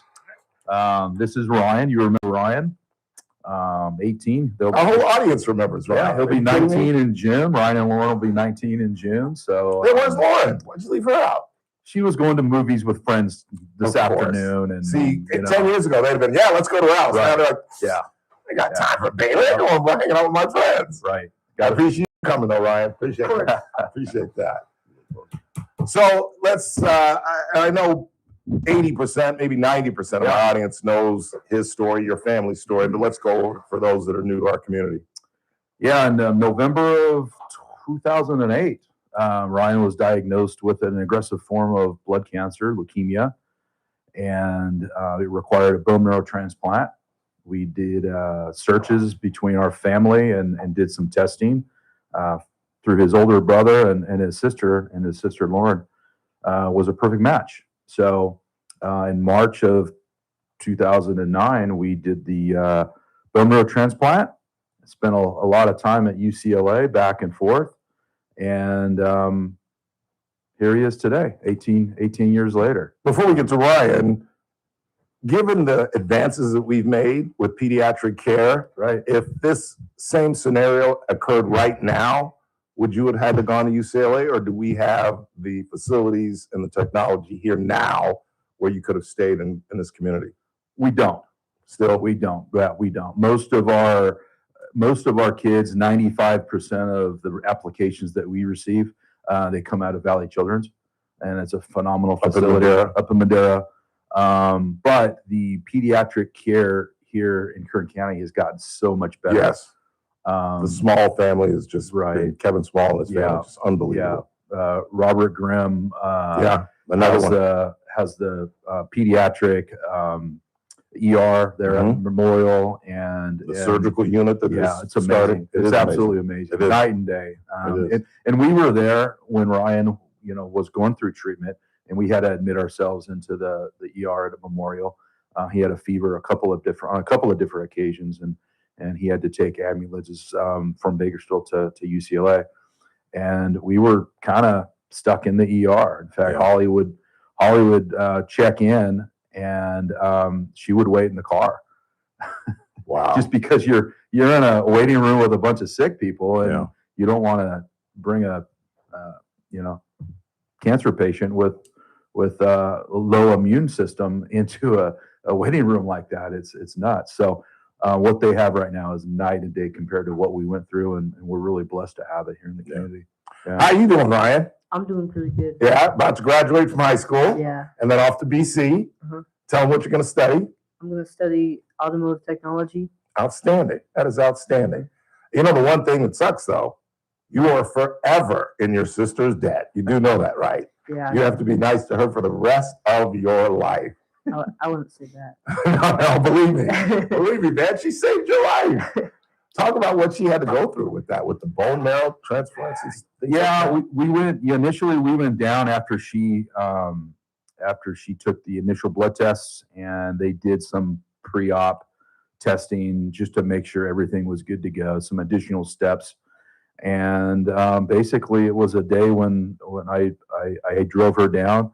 Holly and Ryan were already there, obviously, going through all of the chemo and radiation to completely zap his whole body of bone marrow, just so his body would receive her bone marrow. And it was, for her, it was fine. She went into maybe a 2-hour surgery, and they extracted a lot of bone marrow from her, but she wasn't really in any pain, and even afterwards, she was fine. So we'll have to get her on the show. Absolutely. Love seeing her. And you guys see a picture from 2018. I'll come closer when they leave and show this to you. It's a great picture when they were kids. Yeah. Ryan, how much of this do you remember? None of it. None of it? Good. Because that was pretty traumatic for a child your age, and it's good that you don't remember that. Yeah. And you just look forward. And no side effects, nothing that has popped up since? Nope. Not really. We still go to UCLA a couple times a year. He was on some clinical studies. He has cataracts just from the radiation, so he goes and sees an eye specialist, and he goes and sees a pulmonary specialist every year, and they just check him out. They just want to make sure he's doing fine. But other than that, he's doing great. That's outstanding. That really is. He's a great student, and enjoys doing a lot of things. Nothing but A's? Couple of B's? One B. One B? Yeah. That's pretty doggone good. That's pretty doggone good. Good for you. Yeah. Let's talk a little bit about Tiger Fight. Yeah. And the casino night coming up, you've moved. I errantly said you were still at the warehouse, but you're at Stockdale Country Club. We were at the warehouse for a couple of years, and it was so much fun. As the warehouse is, we had every inch of the inside and every square foot of the outside, but we kind of outgrew it. And that's outstanding. So last year we moved to Stockdale Country Club, and we've got again all of the inside and just about all of the outside on that grass area for the casino night. And that's a beautiful venue right there. That backyard. I had never seen that until I played in your tournament, as a matter of fact. Right. Yeah. Yeah. Once the sun goes down, it's just absolutely gorgeous on the grass, and we've just kind of the same as years past. It's just a little bit bigger. We've got live music, silent live auctions, of course, all the casino games. And it's just a wonderful time. It is. Yeah. It's a fun night. And for us in the foundation, we've made some great strides over the last 10 years as well. I think we became a 503c in 2014, provided our first family donation in April of 2015. Last year, we provided $67,000 to 38 local Kern County families. Wow, that's amazing. These are just applications we receive, most of them from Valley Children's, but we still get a few from Kaiser down in LA or Children's Hospital. I write every check. We mail every check ourselves. We're still a very streamlined foundation. I have a great board of 9 others besides me that advise on the board, but we don't have anybody on staff. We're just very shoestring, I guess you would call it. Yeah. And to date, about $404,000 that we've provided in assistance. That's to pretty cool. 322 families, and along with that, we still provide assistance and sponsorship monies to Blood Cancer United, which used to be the Leukemia and Lymphoma Society, right? As well as different local organizations that kind of carry our same cause with children and cancer and oncology. So, as well as Valley Children's, we love Valley Children's up in Madera. So, Talking with Chris and Ryan Wilson, they've got their big casino night, part of Tiger Fight Foundation, coming up in June, on June the 6th, Saturday night. I'm going to ask a really dumb question, but I'm going to ask it nevertheless. Could the doctors give you any reason why this befall him? Because you have no cancer history in your family, do you? Nothing really like that, No, some lung cancer and some prostate cancer, things of that nature, which is in everyone's family. Yes, I'm going through that right now. As a matter of fact. Yeah, but no, nothing that we can put our thumb down on. And I think that's why cancer gets so much attention, because it's such an insidious disease. Right. You don't know how, you don't know why, and it can attack. Heart disease is the #1 killer. Right. But he's not going to have a heart attack. Right. But he can get cancer at 2, 5, 10, 12. Not going to have a heart attack at 12. And you can stave off heart disease by being active and eating right. But cancer, just happens. It's just a horrible, horrible thing. But it's outstanding to see you doing so well, graduating from high school, going to be a renegade. It's outstanding, man. You gotta keep coming back each year and keeping us updated on what you're doing and your progress through school. And we're going to follow you for a while. He's been to the last 2 casino nights, and he helps and takes part. And oh, really? Lauren was actually there last year too. So nice. If hopefully you can make it this year, you can see both Ryan and Lauren. I will definitely try to make it. That's a 6. I will definitely set that aside. Play a little poker casino night at Stockdale. That'd be great. That'd be great. Well, keep up the great work, man. It's just amazing. Like I told the audience at the top of the show, I remember that was the very first one, the one I went to at the first or second. It was just a poker party. It started out as a poker party. I think you attended the second. The second one? Okay. But that's the one you were out. Quickly. I was playing stupid. I was playing every hand. And there were still people arriving, and Ralph is walked towards the door. I'm like, where are you going? Because I had, don't look at me like that, Chris. Here was my losing hand. Trip jacks. I had 3 jacks. Dude had a full house and beat me. And that's what I was like, okay, that's Trip jacks. I mean, what am I going to lay that down? Come on. That's true. Good seeing you, Pop. Appreciate you coming in. Always good to see you, Chris. Good luck, and I'll see you in June. TigerFight.org. TigerFight.org. Chris and Ryan Wilson, everybody. Quick time out. We're coming right back. We'll check the board, see what you all are talking about. I'll get into our Spencer Pratt story, and at the top of the hour, we'll talk about the J.P. Morgan man who says his female boss sexually attacked him. That's all coming up on the Ralph Bailey Show. News Talk 96.1 AM 1230, and we're streaming live at kernradio.com. Sweet. That was great. That was great. Kern Radio, News Talk 96.1 and AM 1230, KERN. First Look with Scott Cox, morning 6 to 9 a.m. On the Monday edition of the First Look program, we'll spend 3 hours talking about the Kentucky Derby, probably. We do have the hot list, and I'm pretty sure it's going to be on there. We got America's Job Center at Kern, always a good time. We have state-of-the-art news and traffic and weather. It's all happening 6 to 9 a.m. later at News Talk 96.1 and AM 1230 KERN. News Talk 96.1 and AM 1230 KERN. It's that man again, Ralph Bailey for Adaptive Networks business owners. How many times have you called your IT company and felt like just another ticket number? Well, Adaptive Networks, exceptional customer service isn't just a promise, it's how they do business every single day. And nobody knows that better than the folks here at American General Media, because they are a client of ours and we are a client of theirs. IT is incredibly important for a radio station.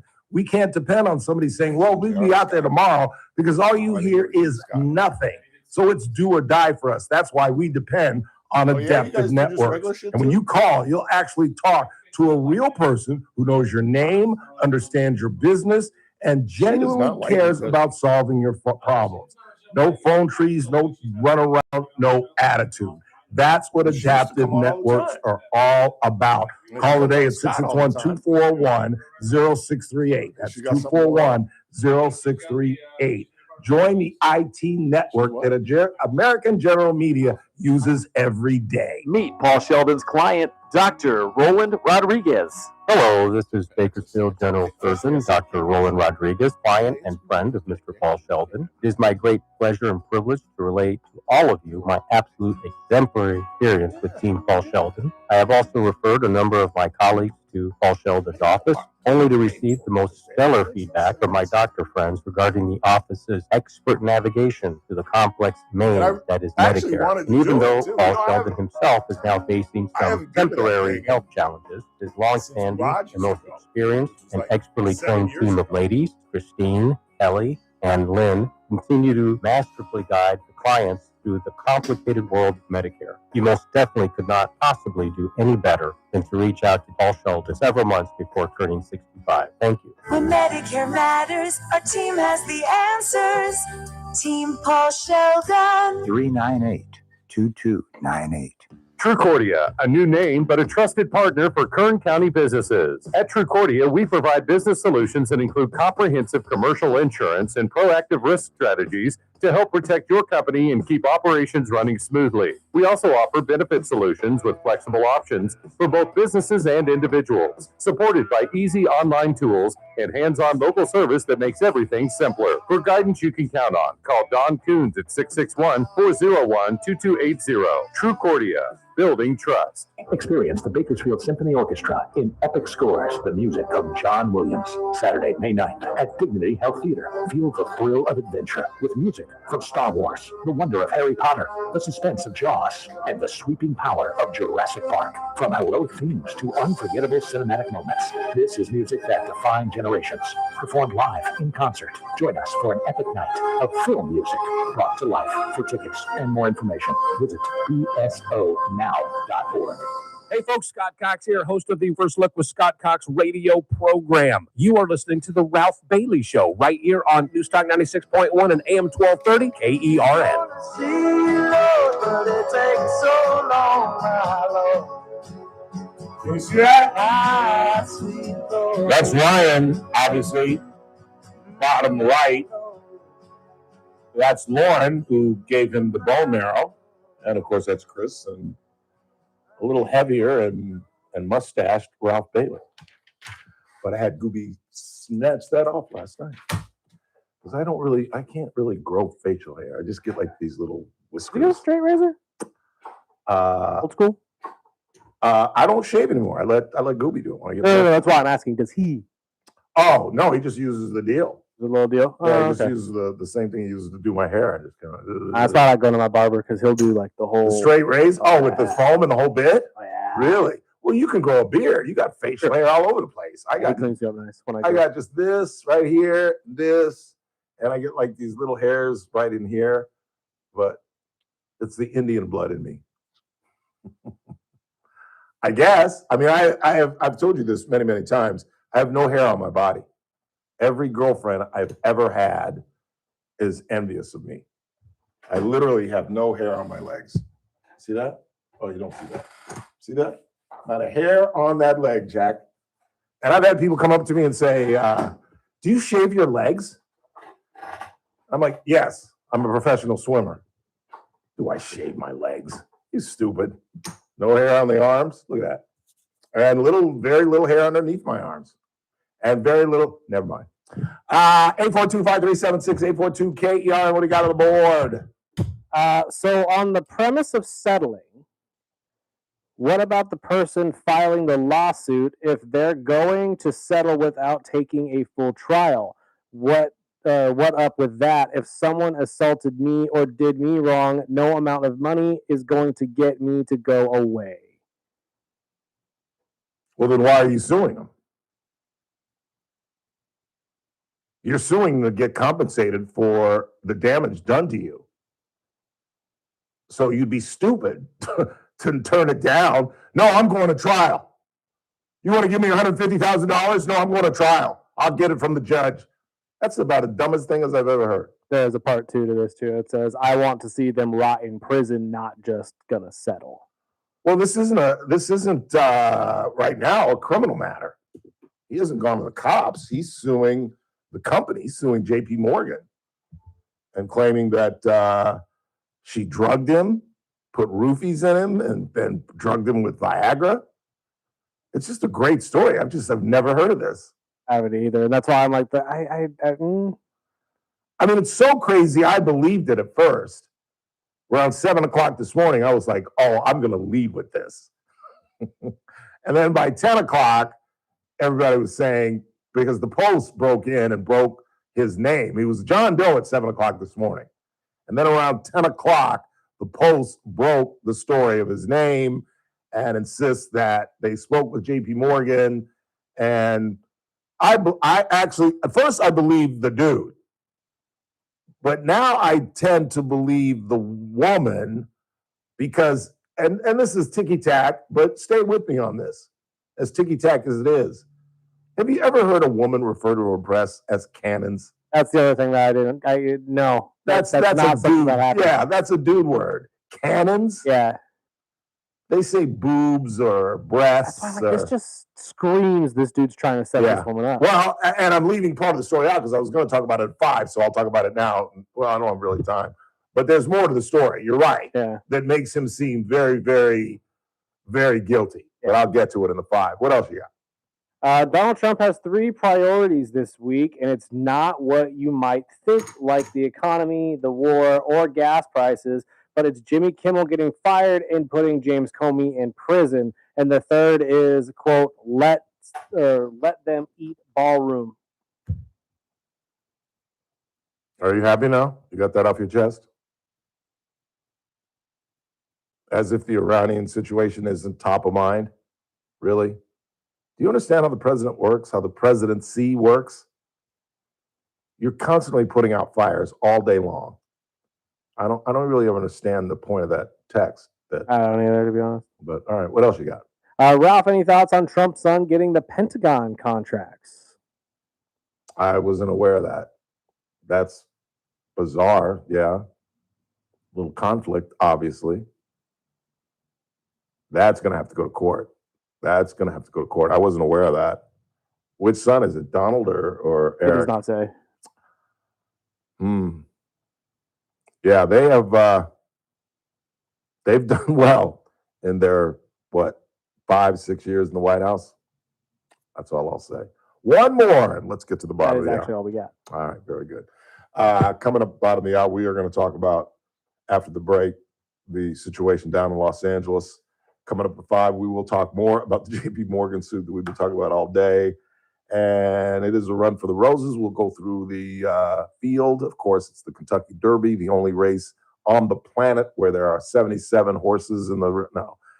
I think it's like 21 horses, where they literally have to pull up 2 gates because it's the only race on the planet that has that many horses.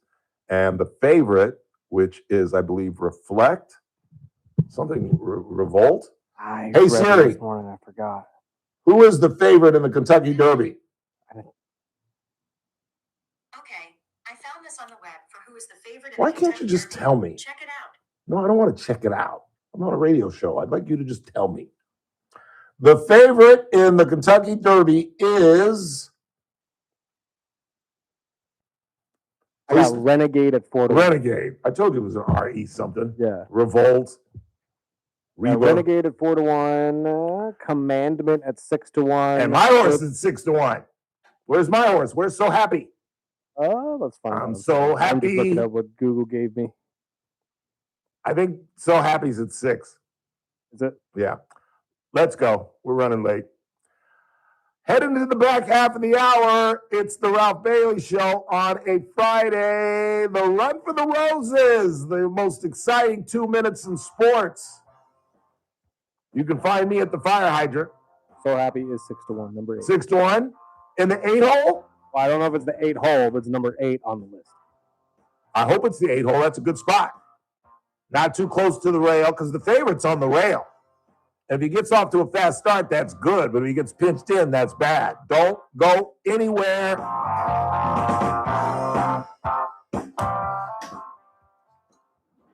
Kern Radio, News Talk 96.1 and AM 1230, KERN. I'm Keith Peters in Washington. The Pentagon says the United States will withdraw about 5,000 troops from Germany in the next 6 to 12 months. President Trump had threatened to withdraw some troops from its NATO ally earlier this week as he continues to feud with Chancellor Friedrich Merz over the U.S.-Israel war against Iran. A federal appeals court has restricted access to one of the most common means of abortion in the U.S. by blocking mailing of prescriptions of mifepristone. A panel of the New Orleans-based 5th U.S. Circuit Court of Appeals is requiring that the abortion pill be distributed only in person at clinics. On Wall Street, the Dow down by 152 points, the Nasdaq rose 222, the S&P 500 advanced 21, oil near $102 a barrel. This is SRN News. Kern Radio, News Talk 96.1 and AM 1230, KERN.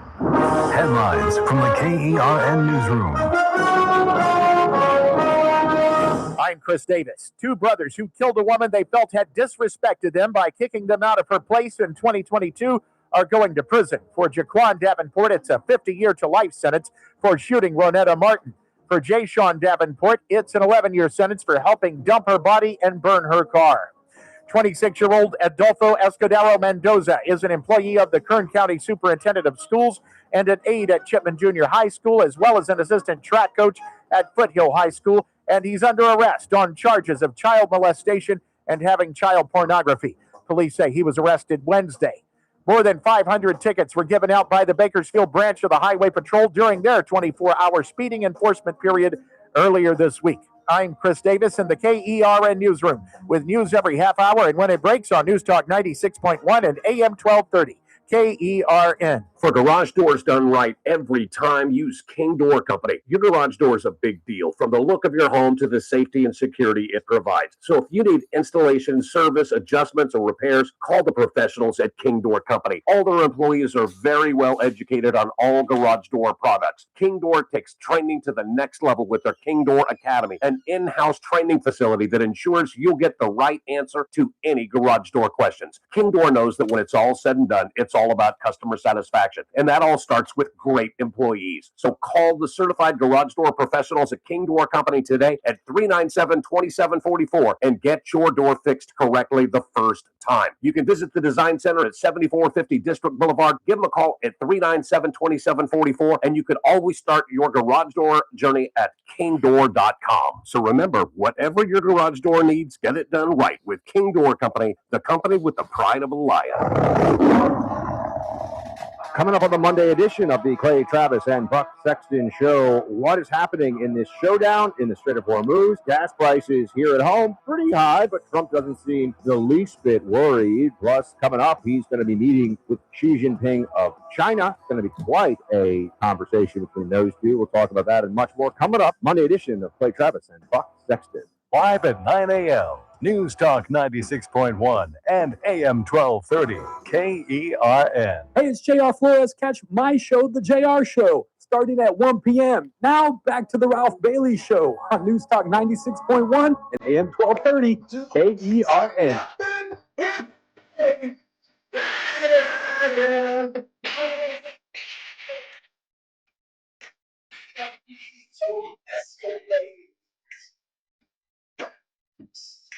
War's not the answer. Only that is the you know we got to find a way to bring some loving in today. Oh,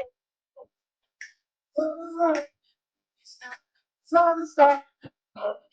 Just reality.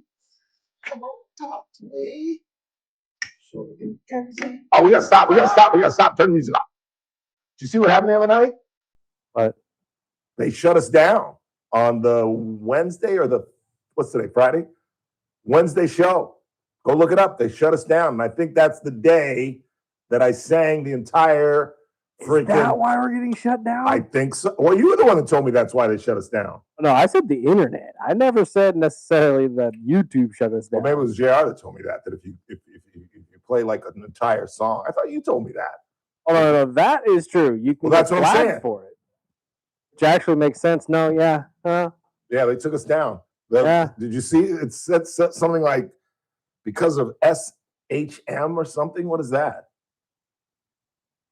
It's some kind of acronym. Let me. I'd have to look on the actual Current Radio YouTube page. Well, let me take a look. Let me take a look. I can take a look while we're doing that. Please stand by, everybody. Don't go anywhere.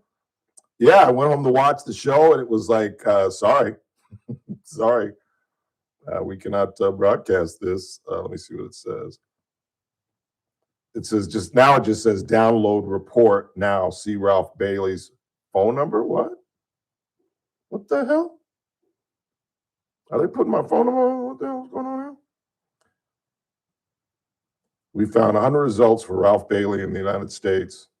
Ralph Bailey deceased, Ralph Bailey 58, Ralph Bailey 69, Ralph A. Bailey 79, Ralph A. Bailey 56, Ralph E. Bailey deceased.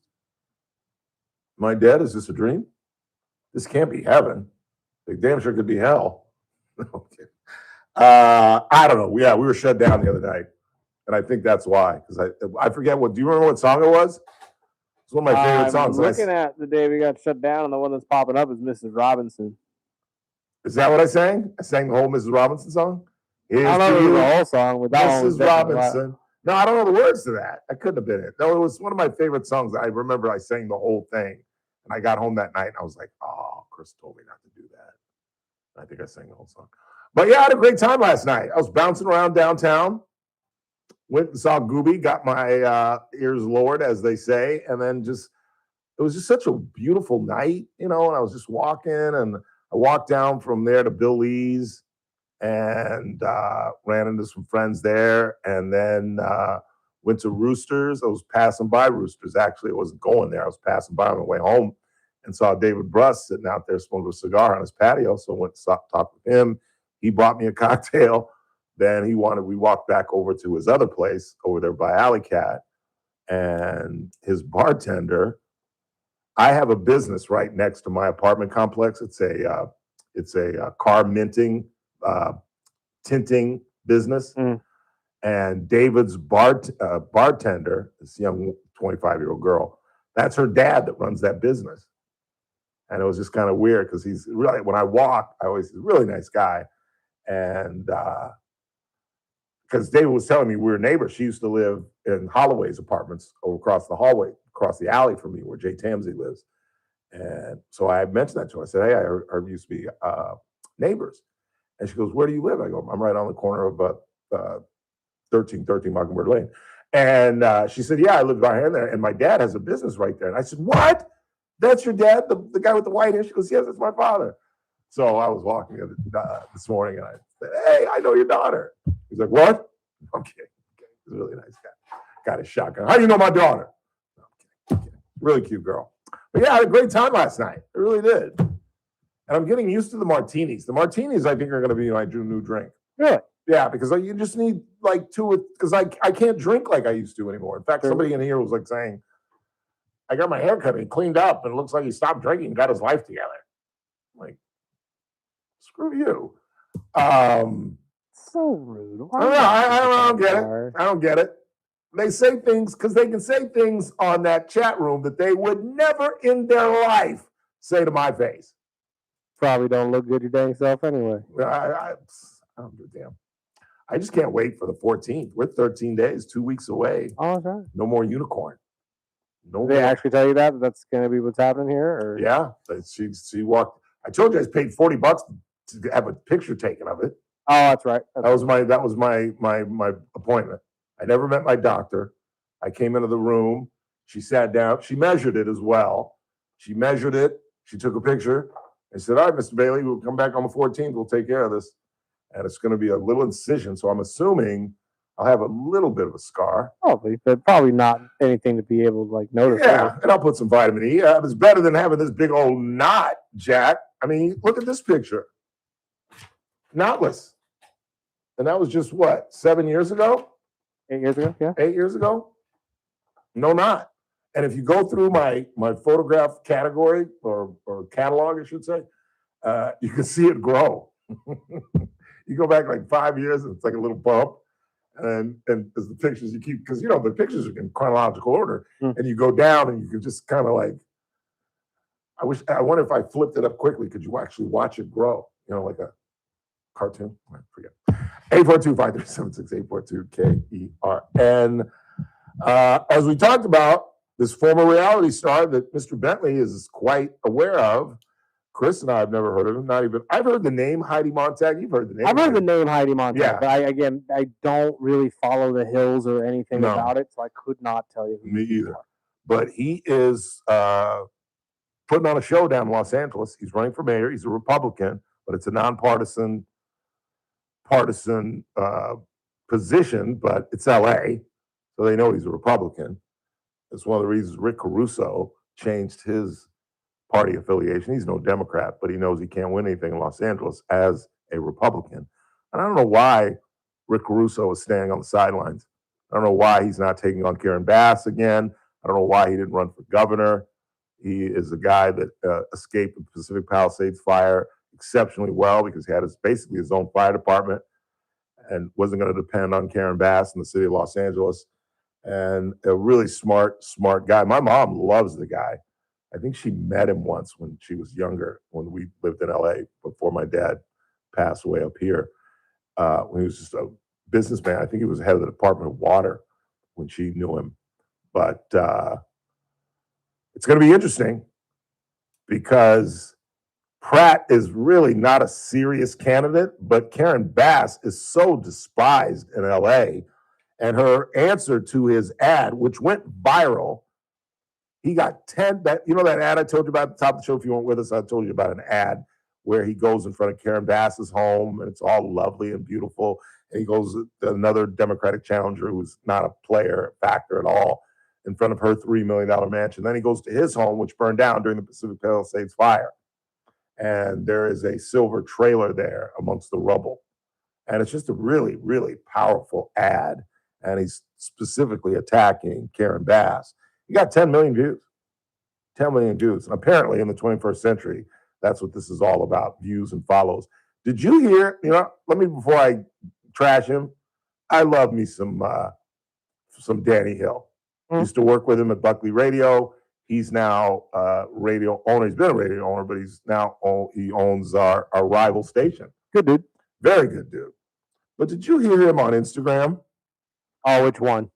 The one where he claims that he was talking about dealing with a sponsor, and he was saying, well, let me just play. Maybe I can.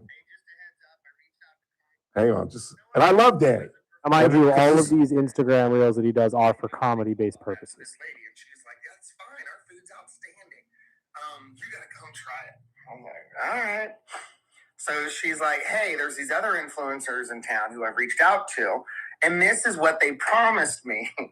And I wanted to see if you could promise me this is. Wait, that's not. I got approached by a local restaurant. Here it is. Said they wanted me to do like a Instagram reel, trying their food or whatever. And I told them the truth. Like, that's not what I do. I do jokes.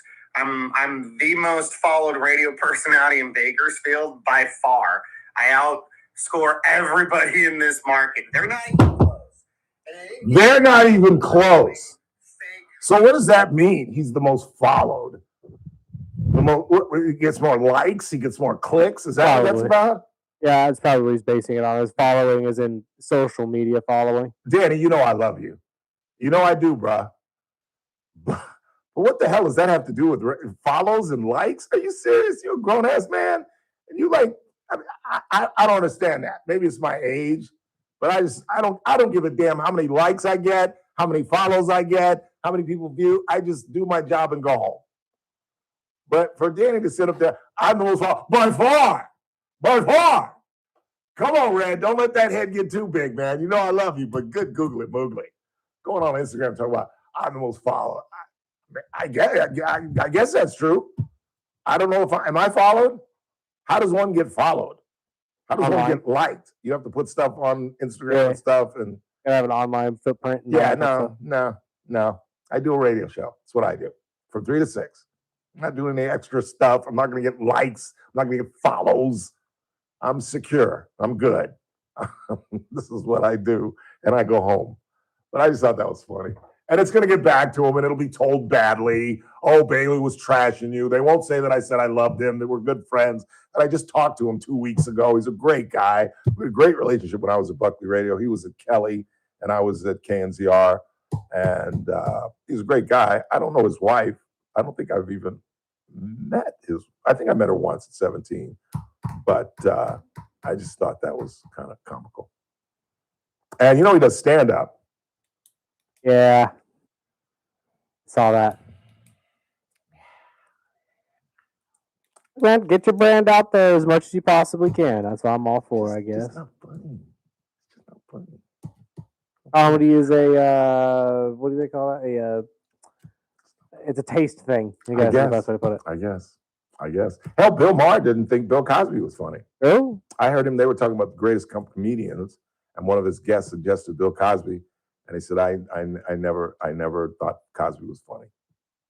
And he had a bad experience with Cosby at a young age, where he was on some movie and Cosby basically was Cosby, horse's ass, and I just think he just has a spur up his butt about Cosby, because Cosby, no matter what you think of Bill Cosby as a human being, because he's a POS, he's one of the greatest storytellers that I've ever seen. Absolutely. I mean, that album, To My Brother Russell, is one of the funniest things. I've told you the story. I emceed our talent show my junior and senior year in high school. And all I did was memorize that album. That's all I did. I did total Bill Cosby stuff. The typical, I thought my name was Jesus Christ, thought I was 10 years old. My dad would walk in the house and say, Jesus Christ, what do you want now? And my sister thought she was God Dog It, because every time she'd see him, she'd be, God Dog It, what is it now? And so one day my sister was standing in the rain. He said, Jesus Christ, get out of the rain. My sister was yelled back, I'm not Jesus Christ, Dad, I'm God Dog It. Well, it killed in 1979. Screw all of you. And I just did the whole album, knowing that nobody at the Brentwood School had listened to Bill Cosby's albums. And I killed, absolutely killed. That's when I thought I was going to get in the entertainment business.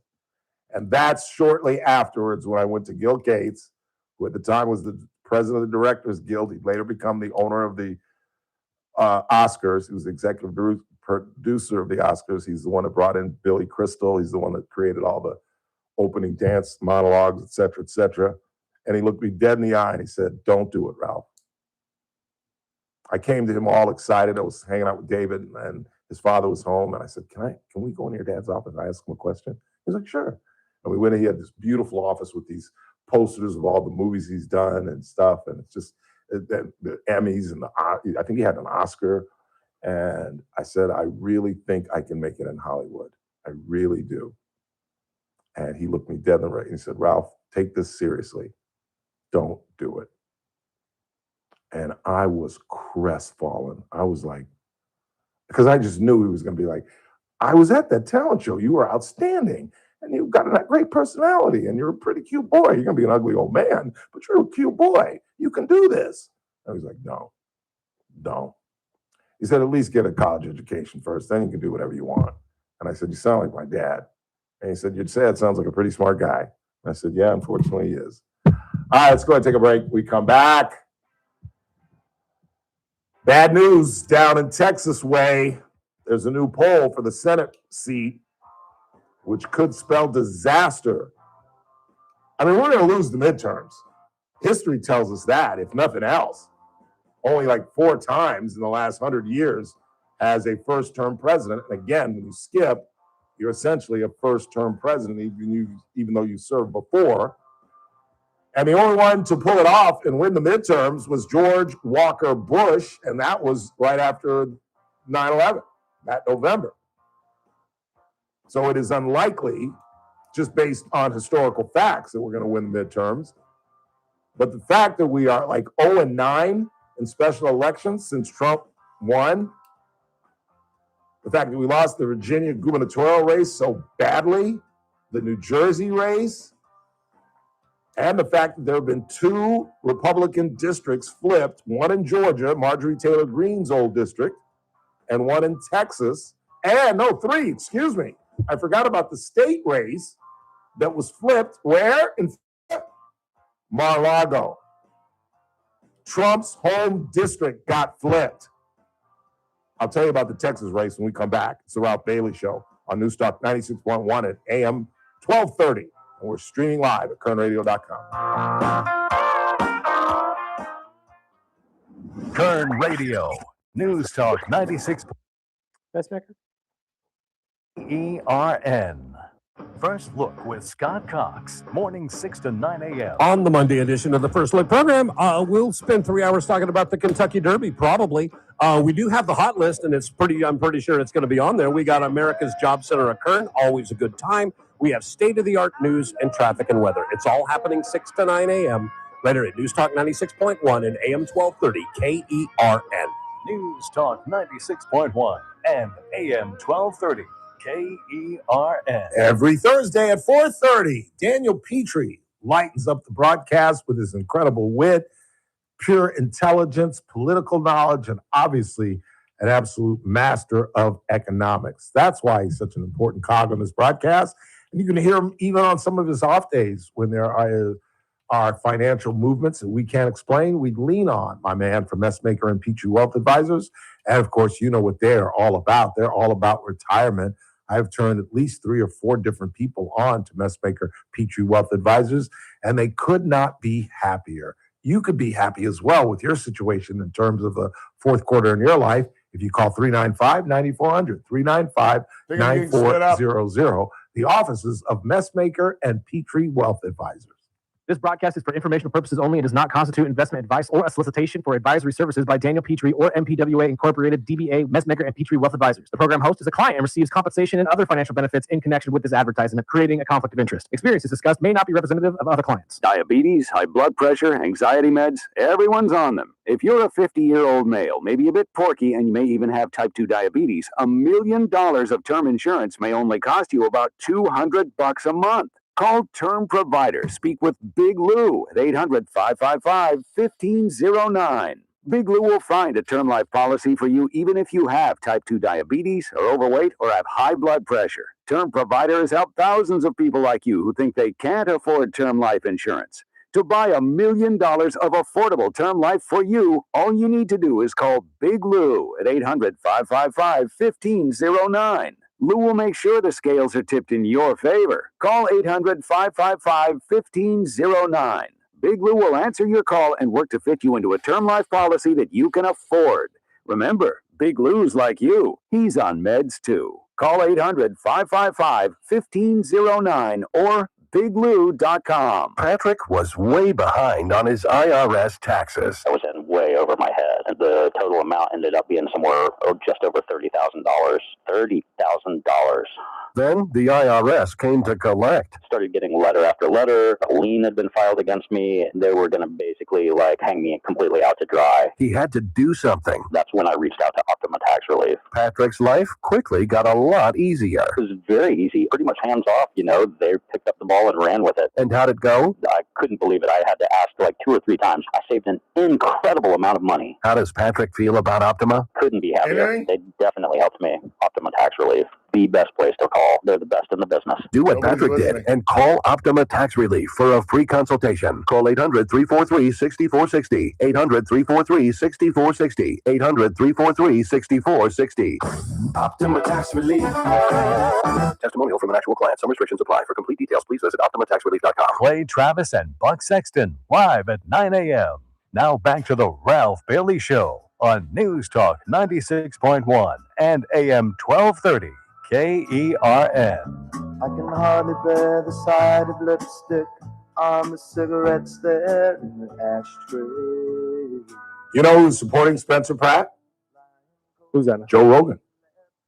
Oh, that kind of makes sense. He doesn't live in California, but he's spoken up for him. In fact, I think I saved some audio of Mr. Rogan. I think I can pull it up here. Spencer Pratt is if you're just joining us, he is the reality star. He's married to Heidi Montag, who I'd never heard of. But he is causing a stir down in Los Angeles. Wow, did you see this story out of Doral, where the PGA Tour is? I did not. We were just talking about Sergio Garcia yesterday and his legacy with Nick Ragone. I'm almost tempted to call him and get his thoughts on this. Did you see what he did? He missed a putt, so he had to tap in. He taps it in, picks up his ball, and spits in the hole. Spits in the hole. Here's what he had to say about it when he was interviewed by Jim, I forget the guy that works for... We appeared to catch on camera, 13th hole, you missed the par putt, and it appeared that you spit into the cup. First of all, did it happen? Yeah, it did. I mean, I'm not going to say no, but, there's nothing to it. It's just, missed the putt, and I wasn't too happy. I didn't spit. I just let it go down. But anyway, it's not a big deal. I would imagine you don't think that's an appropriate thing to do, in that somebody else has to remove their ball from the cup after that, right? No, well, don't worry. If it would have been, it did go in the middle, and it wasn't going to affect anybody else. So don't worry. I noticed that. So if not, I would have cleaned it. All right, Sergio, we appreciate you stopping by. Thank you. All right, thanks. What a horse's ass. His whole legacy is shot to hell. His whole legacy is shot to hell. They'll make a big deal out of this because it comes in the wake of him breaking his driver where? At Augusta. And there's talk. He's a former champion, so he can come back for the rest of his life. But there's talk of at least perhaps a suspension. I doubt they would ever ban for life a former champ, no matter what kind of a horse's ass he is, because Patrick Reed is a former champ, and for all intents and purposes, most golfers think he's a cheater. You remember when he touched, he was in a trap, and he was pulling his club back, and we could clearly see that he scraped dirt. That's against the rules. You cannot touch the sand until you are attacking the ball. If you touch if Vijay Singh once got and Chris Zucchini and I almost got into a fight over this when we were really young, like 15, 16, when we first started playing golf together. because I saw this and I called it on Zucchini, where Vijay Singh was trying to get into a steep trap and used his club as like a cane. Penalty, you've touched the sand. And Zucchini did that like 17 when we first started playing. I think we knew each other pretty well, but we didn't play a lot of golf back then. It was about 17 years ago. And I called it on him and he was like, that's a par. I go, no, it's not. That is a bogey, my friend. You put your gut up. And man, Chris and I in our lifetimes have almost fought twice. We almost fought once about 3 or 4 years ago at Mike's house. And Mike didn't even try to stop it. Heck no, that's and we were like nose to nose, Jack. I'm so glad we didn't speak. And what is cool about good friends, because men can do this, ladies, y'all can't. You just can't. We hadn't talked in months. I had a 9 o'clock tea time. He had a 9:10 tea time. And we just hugged it out. We didn't even be like, we saw each other. We just said, hey. I go, dude, I'm sorry. He goes, I'm sorry too. And we just hugged it out. Y'all can't do that. Y'all are incapable of that. Once y'all hate a girl, it's hell, it's over for life. I ain't never figured that'd be again. But men, we can just hug it out. Just hug it out. Dude, I was drunk. I didn't know what was going on. I love you, man. I don't know about it. That was a funny night, man. We were nose to nose. You know what it was? It was during COVID or just after COVID. And we had a couple cocktails. And Mr. Zucchini thought it'd be funny to sneeze on me. And I was like, you do that again, I'm going to knock you out. And he said, really? And we were like nose to nose. Mike just sitting there. I got 3-1 on Zucchini. He wasn't going to stop it. But we worked it out. That's what men do, ladies. Y'all, damn, not so much. Just saying. Final hour of the broadcast on a Friday. It's TRBS, and I would stick around if I were you.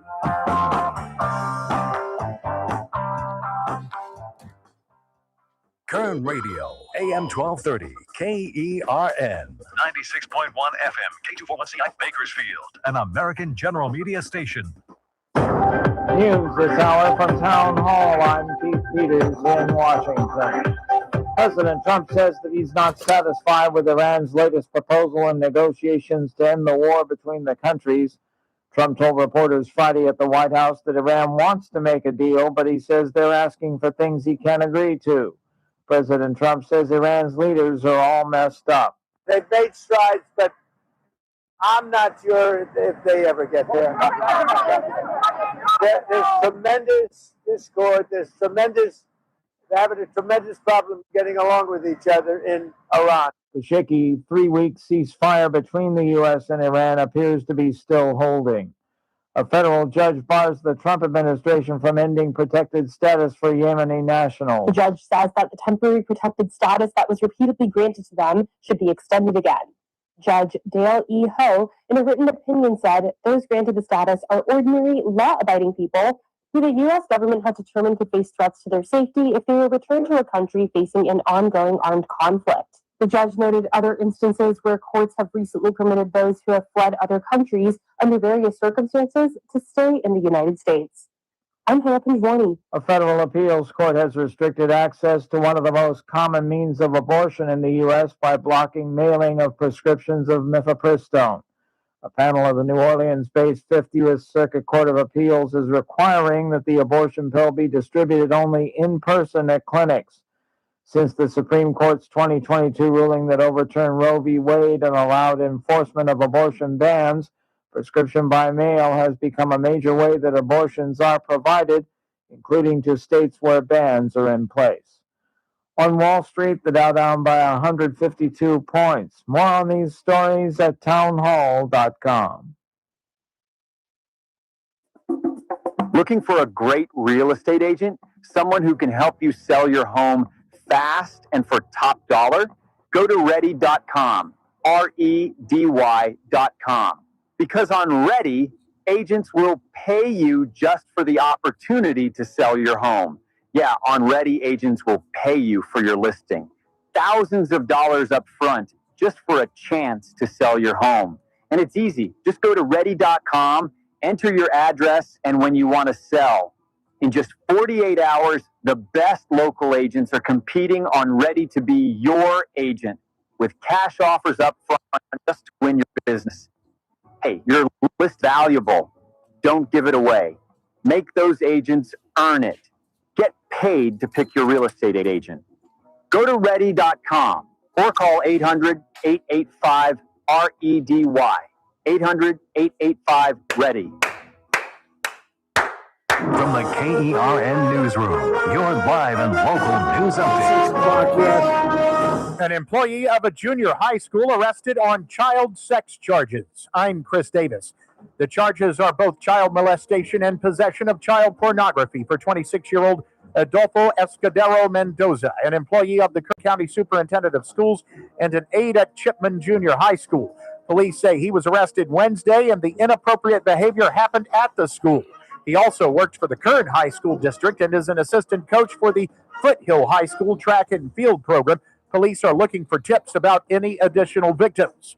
Guilty of the 2022 murder of Ronetta Martin by shooting her in the back of the head as she pulled into her apartment complex, Jaquan Davenport has been sentenced to 50 years to life in prison, and his brother found guilty of helping to dispose of her body and burning the car in which she was shot from the back seat. J. Sean Davenport gets 11 years in prison.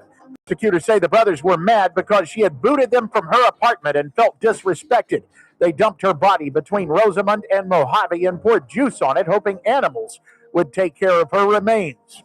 You may have heard about the 24-hour speeding enforcement period by the Highway Patrol from earlier this week, where the Mojave District says they gave out 150 tickets.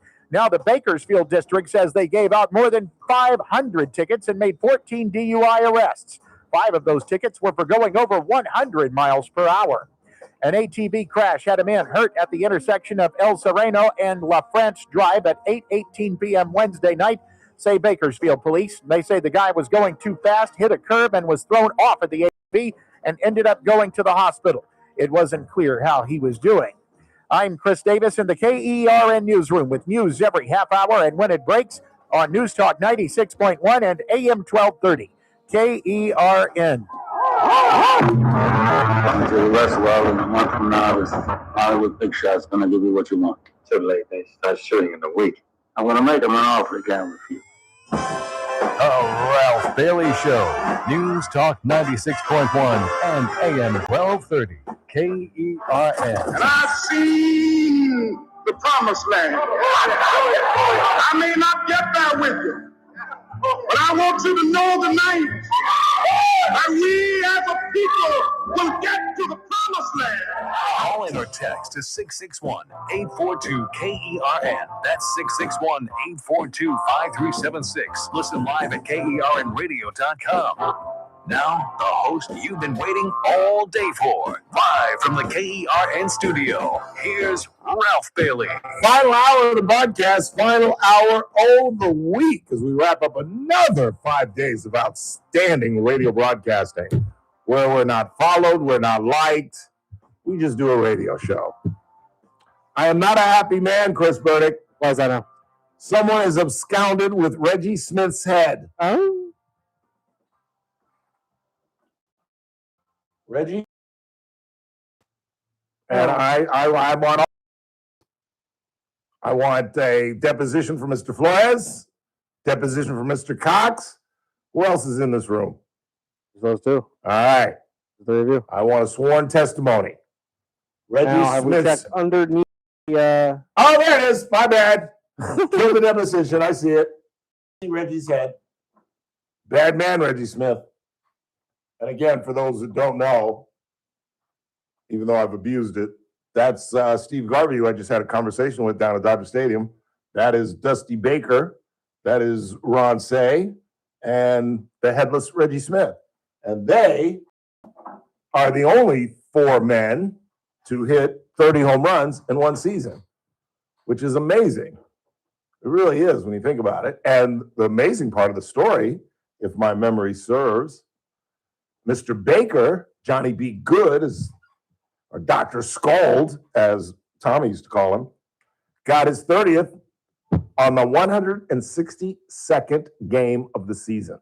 at Dodger Stadium, as a matter of fact. Dusty was a bad man. People forget Dusty batted 5th for the Braves. So you know what that means, don't you? Backed up Hank Aaron. He backed up Hank Aaron. He tells a great story. They're playing the Dodgers at Fulton County. Wait, was it Dusty who had to be yanked by his dad, or did Dusty have to yank his son, who's the bat boy? Isn't that a thing? Yes, it was Dusty's kid. That was when he was with the Giants. And it was Jack Snow's son. Although you've never heard of Jack Snow, people my age and Ram fans remember Jack Snow out of Notre Dame. He was one of the best wide receivers the Rams ever had. It was Roman Gabriel to Jack Snow. That's how long ago it was. It was early 70s. I beg your pardon. I've never burped on air in my life. Was that a burp or a hiccup? Both?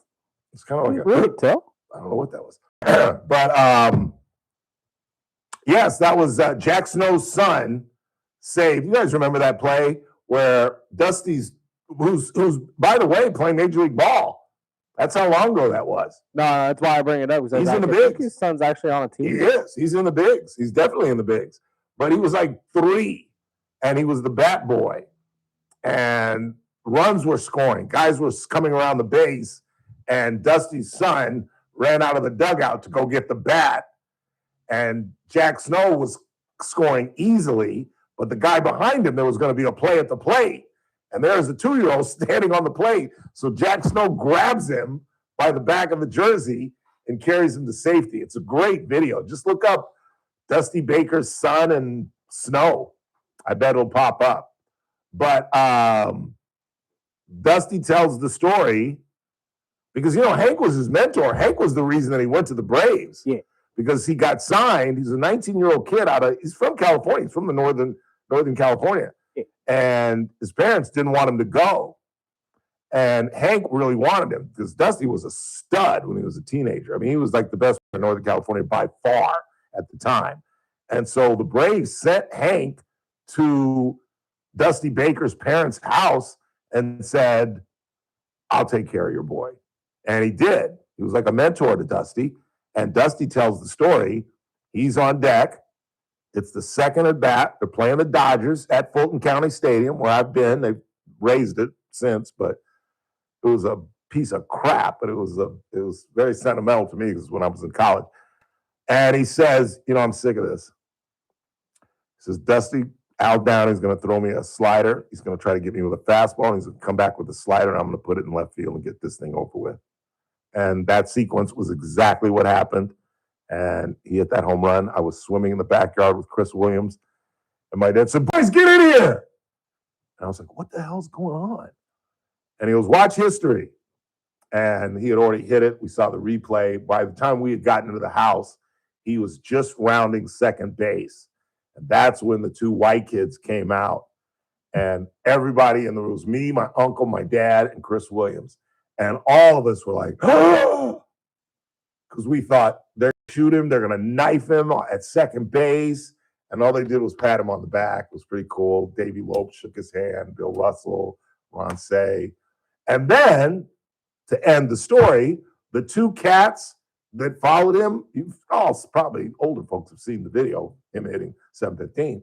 They turned out to be physicians and both worked for the Atlanta Braves. Isn't that crazy? They were crazy college kids. I mean, imagine that in the 21st century.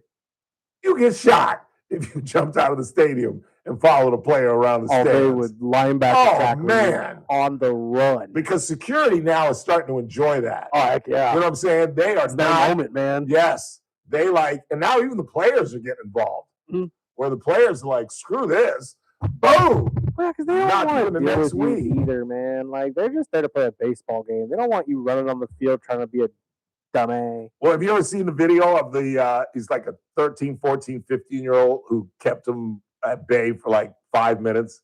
Yeah. It went so long that the crowd started rooting for him. Yeah. And he's ducking and dodging these guys, and they can't catch the kid. It's hilarious. Oh, that's so funny. 842-5376, 842-KERN. So again, to this J.P. Morgan story. Let me get back to Spencer Pratt. I think he can win. I think he can win. I think the hatred for Karen Bass is that bad. Here is a man who I had never heard of till about a week or two ago, but he is a contender. And I don't think, I know for a fact, I'll give you a political prediction. She's not going to win 50%. It's going to go to a runoff. Now, can a Republican win in Los Angeles, even if the Democrat is despised? Probably not. And he's not even a serious candidate, but he is a serious candidate because he's a contender and he's on her heels. Here is the aforementioned Spencer Pratt. We have career politicians, and that's why I'm actually running to come in and to make change. Had a really good bite, but that's all I got. That's all I could find on the guy. He doesn't say a lot. He doesn't make a lot of speeches. And can he run a city like Los Angeles? I don't know, but anything would be better than Karen Bass. I'm just so tired of seeing her face. You know when you don't like somebody and just the sight of them make you cringe. We haven't had a good mayor in a long time in Los Angeles. We really haven't. And that city is run so badly. And the homeless, I yearn for the 70s. Because I'm telling you, LA was a paradise in the 70s. It really was. There was no homelessness. There was no encampments. I mean, how did this all happen? How did this all happen? How did we go through decades? We always had hobos. We always had bums. We always had guys asking for money. But how did this become an epidemic? How did we allow people to sleep on the street and pump tents up under our underpasses, etc.? Have you guys been to Los Angeles lately? I mean, unless you're in an affluent area, it is a rat hole, and I cleaned that up. And I think that's what's in his favor. I think regardless of party, just like in the gubernatorial race, I think it's just a matter of it's time for a change. We've tried the Democratic way in this state for how long? What would most Californians give us as a grade? I think if we polled, hey Siri, what's the population of the state of California? As of 2020, the population of California. What do you think it is, Chris? What do you think it is? What do you think it is? I could have never guessed this. God, I'm going to be so off. Yeah, probably. 2 mil, 3 mil? 30 for the state. For the state, I'm sorry. Yeah, no, double or times 10 that, 20 mil. Yeah, 39 million people. Isn't that incredible? That is pretty incredible. 39 million people. But if you asked all 39, what kind of grade do you think we'd get? I think at best, we'd get a C+. Yeah, at best. At best. If you average them all together. And the only reason we get a C+ is because of the weather and the beaches. Just because it is California. It is California. You can't beat California in terms of just how beautiful a state this is and the beautiful communities. I mean, I hate San Francisco, but I love San Francisco. I hate Los Angeles, but I love LA. You know what I mean? The only city that I really don't like, and I've talked about this, I just don't like San Diego. I don't know why. I don't know why. I'm not really a beach guy. Maybe that's what it is, but I love Newport. I love Newport Beach. Newport Beach is so much fun. Good, and ugly. I almost broke my shoulder trying to learn how to body surf in Newport Beach. You know that famous place where everybody body surfs, where they've got like rocks. It's like a rock pier, and everybody surfs there because the rock pier kind of creates waves that go right to left. You know what I'm talking about? Yeah, absolutely. Newport. Yeah. And Jeff Sheldon tried to teach me how to body surf, where you just kind of throw your arm over like this and kind of slide through the wave. Well, the first time I did it. Have you ever body surfed? Oh, yeah, absolutely. Oh, dude, that is so exhilarating. So much fun. Just like being shot through the wave. Now, you kind of end up crappy because you're all rolling. Yeah, you're always going to. Yeah, you're always going to crash. Yeah. But it was so cool. Then I did it again, and my arm went like beyond my head, and then I came crashing back down on the shoulder that I had separated playing football. Ouch. And oh, yeah, I was done for like 3 days. It was horrible. There's much worse. Ribs are the worst, from what I understand, because you can't even breathe. But a separated shoulder is pretty devastating because you cannot sleep. You lay there, and if you just go, it's like, oh! It's sometimes separation can be worse than a break. Let's go ahead and take a break. Come right back. Run for the Roses tomorrow. The most exciting 2 minutes in sports. Remember that name, y'all. So happy. I'm so happy. We're going to play it. That's the only song we're going to play on Monday when I flash my 20s at you guys on YouTube. We're just going to play the happy song all day long. I might you know what I'm going to do? I'm just going to run the fire hydrant and put $100 on So Happy and go home. I'm not going to do what I like to do, and that's sit there and have lunch, take maybe a female with me, assess all the other races, end up spending $150, $200. No, I'm not going to do that. I'm going to walk in, $100 on the 8-horse to win. Thank you. Jump in my Uber. In fact, I'm not even going to let the Uber leave. I'm going to say, stay right here. I'll be right back. $100 on the 8. Thank you. I got to go get my Uber. Bang, bang, bong. I'm back downtown. Because what's going on tomorrow? Something else is going on tomorrow. And I can't remember. I really can't. May 2nd. What's going on tomorrow? Oh, the Cinco de Mayo festival. I'm supposed to go to some Cinco de Mayo thing tomorrow night. Even though it's Dos Mayo. But there's a big Cinco de Mayo party I got invited to. Quick time out. We're coming right back. It's the Ralph Bailey Show. Wrapping up the week right here on Newstalk 96.1 and AM 1230. We stream live at kernradio.com. Kern Radio. Luigi's. Coming up on the Monday edition of the Clay Travis and Buck Sexton Show, what is happening in this showdown in the Strait of Hormuz? Gas prices here at home pretty high, but Trump doesn't seem the least bit worried. Plus, coming up, he's going to be meeting with Xi Jinping of China. It's going to be quite a conversation between those two. We'll talk about that and much more coming up. Monday edition of Clay Travis and Buck Sexton. Live at 9 a.m. News Talk 96.1 and AM 1230. KERN. We're just weeks away from all the kids being out of school, summer really being here, and that means relatives will be visiting to see their grandchildren, the nephews, whatever. And if they do come to visit, there are two places you have to take them. You've got to take them to dinner at Casey's Steakhouse, and you absolutely have to take them to lunch at Luigi's Restaurant and Old World Delicatessen. And as I've talked to you about how we'll approach it, you got to first take them into the deli. Let them buy some goods. Let them take some stuff home that they can cook that's straight from Luigi's and straight from the Valparaiso family. Maybe get some merch in the deli, a great bottle of wine. Talk to Lynette. She'll guide you all the way through. Then go into the bar, have a cocktail with Julie as you wait to be seated. I, as I've talked about, prefer being on the outside there by the Bailey Bar, but anywhere in Luigi's is outstanding. And on a Saturday, as I always say, it's an absolute fashion show, and you're absolutely bound to run into folks you know. Where would you rather be for lunch than at Luigi's Restaurant and Old World Delicatessen, longtime sponsors of the Ralph Bailey Show. Support comes from Amazon Business. You can't rely on guesswork to run your business. With smart business buying, innovative AI tools optimize your purchasing experience, paired with delivery options built for business. Empower your team today. Learn more at amazonbusiness.com. Giving your liver a spring cleaning is easy with Active Liver from New Nordic, the delicious daily detox that will keep you feeling your best.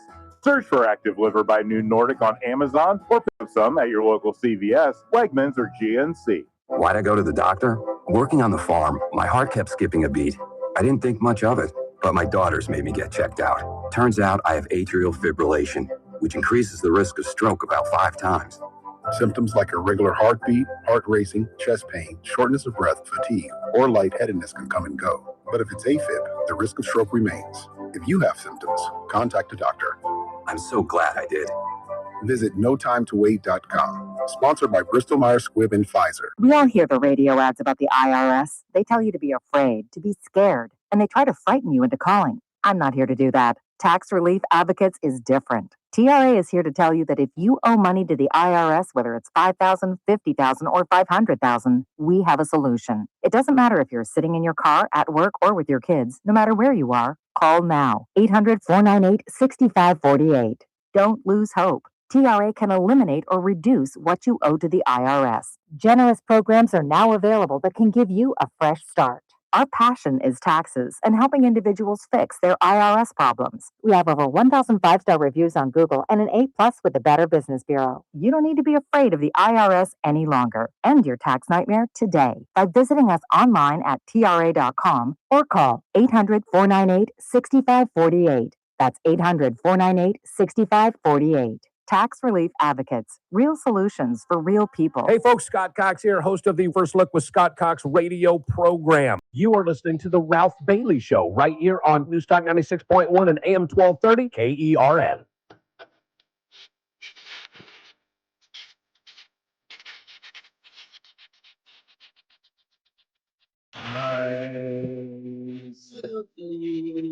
The sea.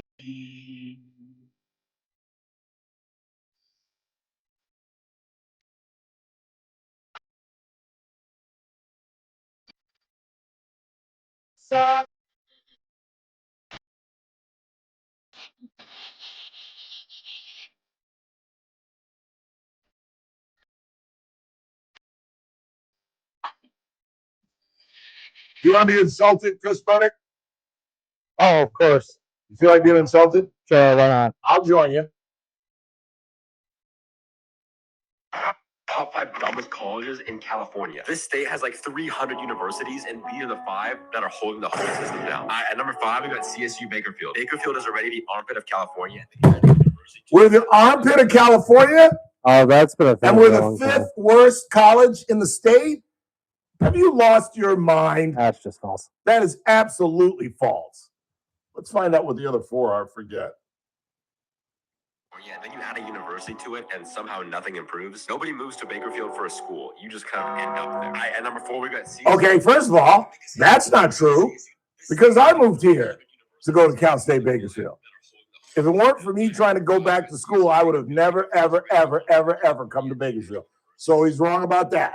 Dumbest colleges in California. This state has like 300 universities, and we are the 5 that are holding the whole system down. At number 5, we got CSU Bakerfield. Bakerfield is already the Bakerfield. I didn't say it right. university to it, and somehow nothing improves. I think Nobody there's an moves to AI Bakerfield voice, for a though. school. You just kind of end up there. At number 4, we got CSU Dominguez Hill. Dominguez Hill has the lowest average test score in the entire CSU system, and the campus looks like a DMV with a quad. Nobody is bragging about going here. At number 3, It is we got an ugly UCSB. campus.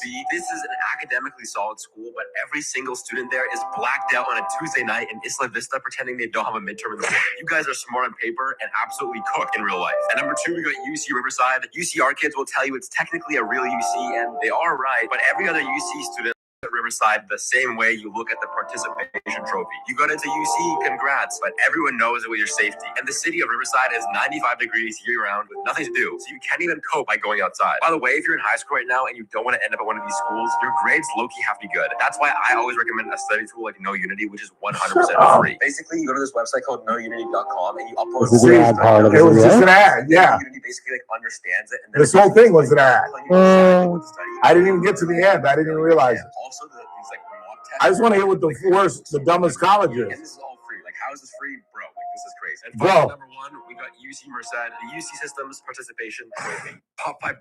That's a bunch of nonsense. That's a bunch of nonsense. You put Riverside on there twice? No, Merced.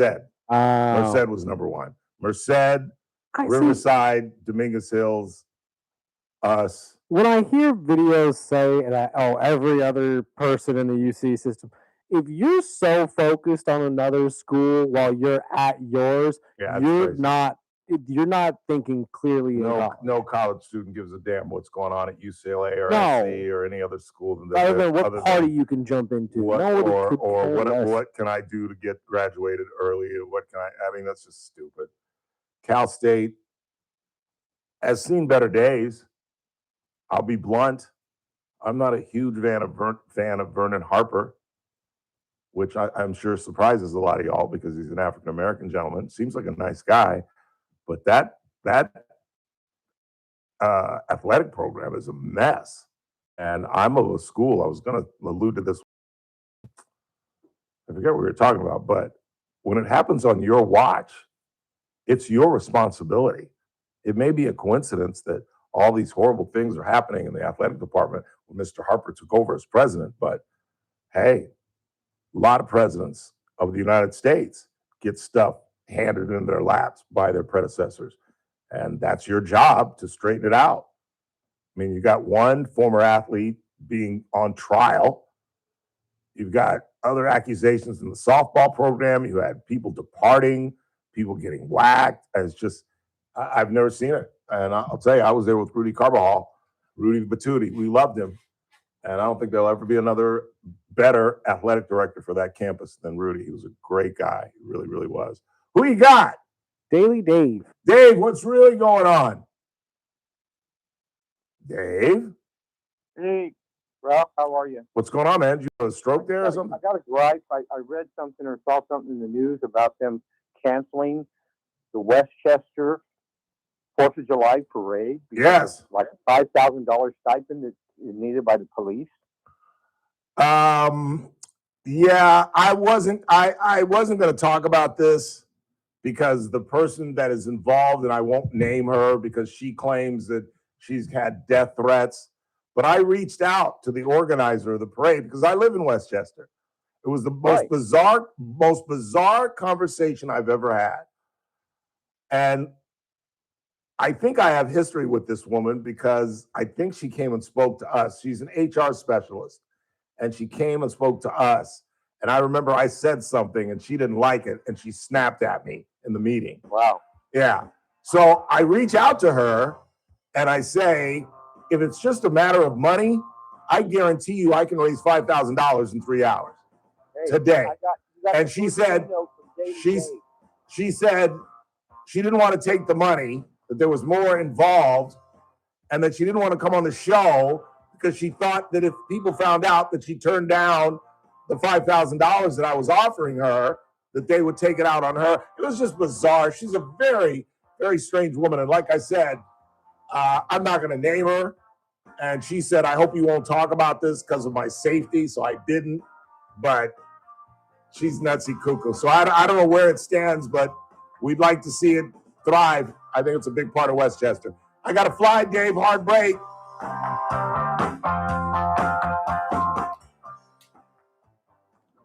Kern Radio, News Talk 96.1 and AM 1230, KERN. News. I'm Keith Peters in Washington. The Pentagon says the United States will withdraw about 5,000 troops from Germany in the next 6 to 12 months. President Trump had threatened to withdraw some troops from its NATO ally earlier this week as he continues to feud with Chancellor Friedrich Merz over the U.S.-Israel war against Iran.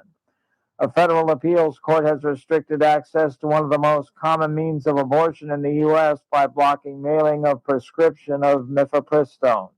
A panel of the New Orleans-based 5th U.S. Circuit Court of Appeals is requiring that the abortion pill be distributed only in person at clinics. On Wall Street, the Dow down by 152 points, the Nasdaq rose 222, the S&P 500 advanced 21. More details at SRNnews.com.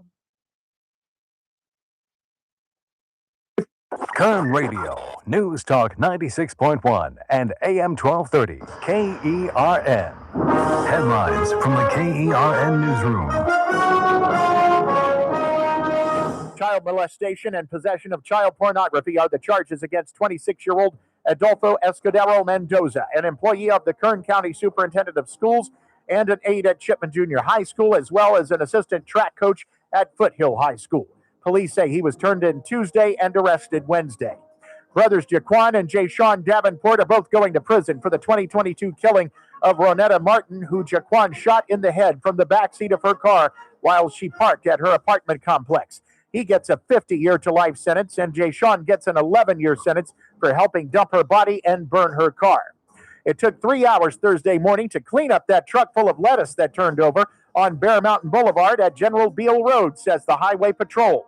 I'm Chris Davis in the KERN newsroom with news every half hour and when it breaks on News Talk 96.1 and AM 1230, KERN.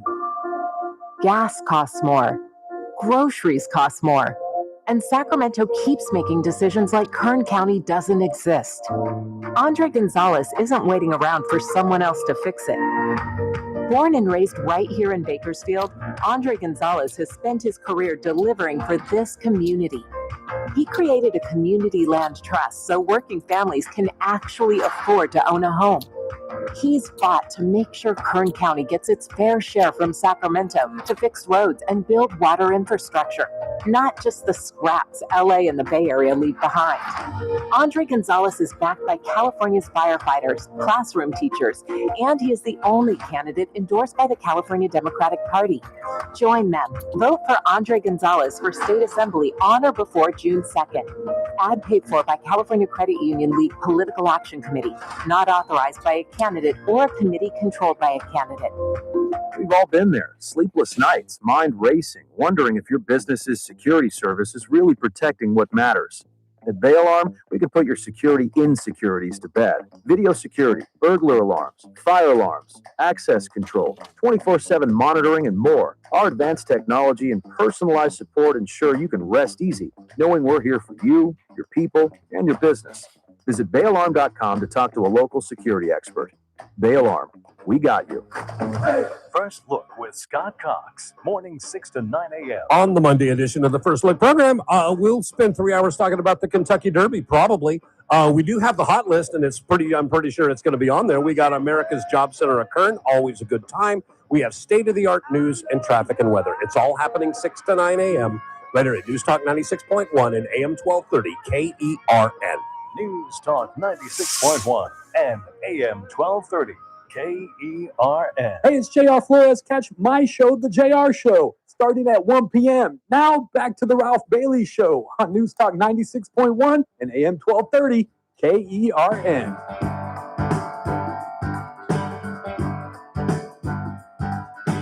All I want to do when I wake up in the morning is see your eyes. Rosanna, Rosanna, never thought that a girl like you would ever care for me. Rosanna. All right, so what do we got tonight? Toronto, Cleveland. It's going right now. Where is that? Right now we're in the second quarter. Cleveland is trailing by 5? Yeah, no, I see that, but where are we in the series? Oh, I'm sorry. 3-2 Cleveland. I think they're going to wrap it up tonight. You'll see. We're trailing at the moment. And you're right. I did have Denver last night. Yes, you did. So this You whole... also had Detroit, which is going right now against Orlando. And they're going to beat Orlando. They're going to beat Orlando. You going to double down on that? Why? Is it over? I don't know. You going to double down on that? Yes. Okay. What, are they trailing like by 40 or something? Don't worry about it. What, has it started? Oh, it started. So I'm getting killed. Because you're grinning. So I must be getting killed. Yeah, they're down by 20. Where is it? That's 3-2. If they lose tonight, it's over. I know, but what quarter's the first half? Third, I believe. Third quarter? Oh, yeah, they're getting crushed. God, they're so much better than that. See, how can you have such a good regular season? I guess you're just beating up on bad teams and doing 500 with the good teams because they had a good record. They look like the real deal. Did they not? Oh, they did. It's just JB Bickerstaff. For some reason, his style doesn't do well in the playoffs. And I like JB Bickerstaff. I do too. Love him. But it's the same thing when he was with Cleveland. I think he's like, with this series, what would this put him at? 11 and 22, 23 in the playoffs, something like that. I met his dad when I was young. He was a good guy. I met him with Al Attles, former legend with the Golden State Warriors. And I didn't know who Al Attles was at the time, and he was absolutely insulted and let me know that he was insulted, that I didn't know who he was. And I don't blame him because he's a legend. He really is. So we can end all this talk now, right, about Joker being one of the greatest centers of all time because he looked like garbage last night. Yeah, and I agree garbage. That this is a stain on his career. That he can't get out of the first round? This is definitely a stain. I mean, didn't they win it? They've got a championship, right? Yes, he's won a championship. Other than that, he's been bounced every year in the first round, right? No. They've made it far and gotten bounced. How far did they get to last year? I believe they got at least to the second round because the Western Conference Finals was Minnesota and Oklahoma City. Right. And I'm pretty sure they lost to Minnesota in a 7-game series. And that wasn't the first round? No, that would have been the second round. Well,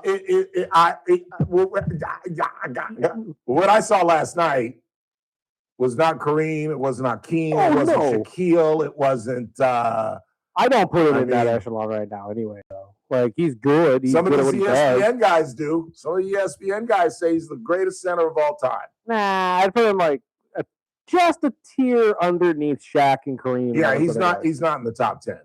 I can name 10 better centers. If he is, he's 10. I can name 10 better centers. Okay, Bill Russell, Will Chamberlain, Shaquille O'Neal. Okay. Tim Duncan. I consider him a center. I consider him a center. 4, but you're right. Hakeem. Okay. Did you say Kareem yet? Moses, Kareem. That's 7. Oh wait. Well, Moses Malone, who schooled Kareem and beat us 4-1. And they almost went 4-4-4. Remember that? He said, "Oh, you were too young." But that's what his thing at the beginning of the thing. Moses Malone said, "We're gonna go 4-4-4," and they went 4-4, and we luckily got a win. Have I ever told you the story about Earl Curitan? I'm not sure. We're flying back from was it my dad's funeral or was it my grandmother's funeral? One of the funerals. And I'm sitting next to Earl Curitan's girlfriend. Earl Curitan was a center for the Philadelphia 76ers on that Moses Malone team that beat us 4-1. And she was obviously a dime. And I said, "Are you going to marry him?" And she said, "I certainly hope so." And he was kind of a bust. He was a decent player. I mean, if you make it to the NBA, you've obviously got skills. But that was a fun flight. 4.5 hours sitting next to a gorgeous black woman. But yeah,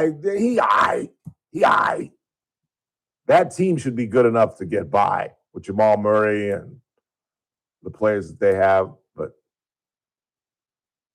off to Cancun. And I think the Lakers are about to make history. As the biggest blowout of all time? The first time that a team has blown a 3-0 lead in basketball. This will be if they lose tonight, it's a good chance.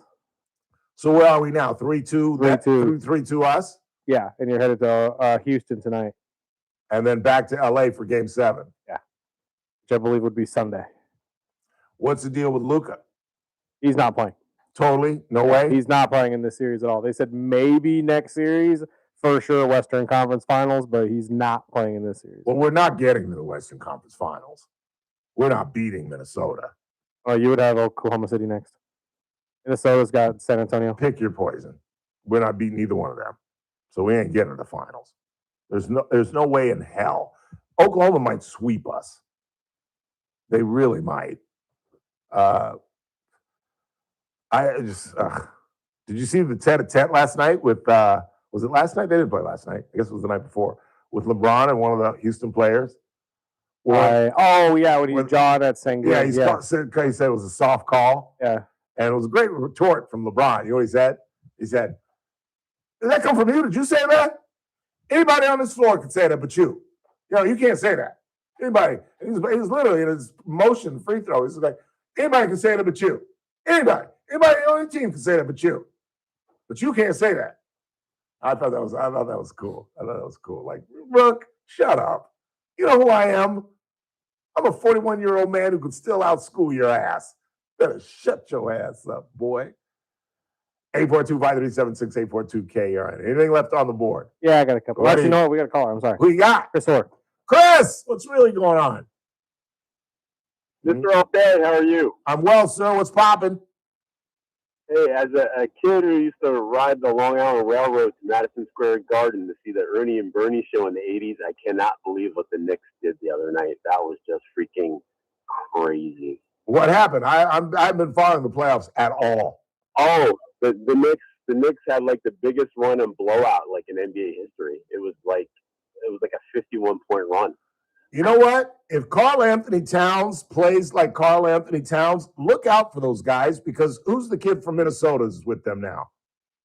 We're talking about is the one from Minnesota. I mean, no. I'm thinking of somebody else, Josh Randall, and he's with Minnesota. My bad. But they're going to be tough. They're going to be tough to beat. Believe it or not, Karl had nothing to do with it. It was all Bronson? No, Brunson had nothing to do with it. Who was it? It was everybody else. And who is the kid on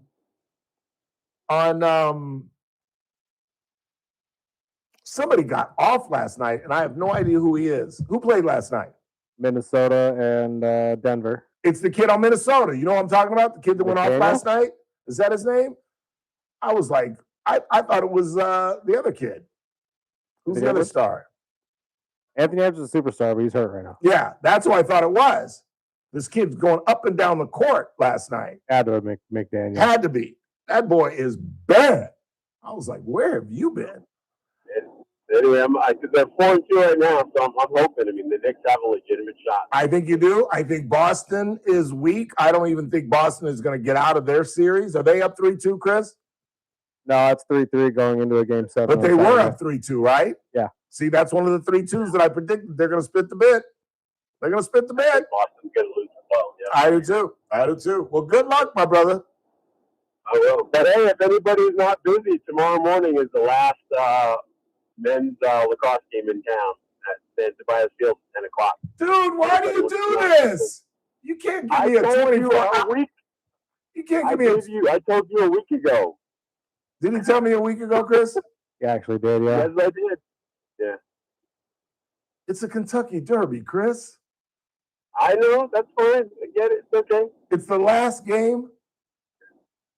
Yep. What yeah, time? Yeah. We have it 10 o'clock in the morning. So I don't know what time the Derby is. You can catch it before the Derby. Yeah, if you want, you catch it. It's up to you. I don't want to make any promises. I know. I don't expect you to. It's at the Garces football field? It's on San Tobias Field. Yes, it is. All right. I will do my best. That's all I can say. And then the other thing I will throw out, we had an interest meeting yesterday, and evidently there was quite a bit of interest, and there's nothing for sure, but if you have a child that goes to Bakersfield Christian, there's a very potential opportunity that they will be sporting on a lacrosse team next year. So outstanding. If you have an interest, make sure you talk to somebody. We got a bunch of our current players that are BCHS students, so we're trying to help them get a team up for next year. That is very, very cool. Very, very cool. Very, very cool. Glad to hear that. All right, sir. Well, I hope I see you tomorrow. All righty, and have a wonderful evening and a great weekend. Thank you, sir. You too. Love you, Pop. Late.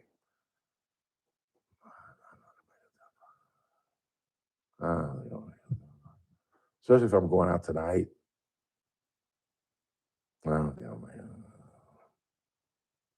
Because I really do think, well, I could go place my bet at any time. Yeah. Hell, I could go place the bet right now. Yeah.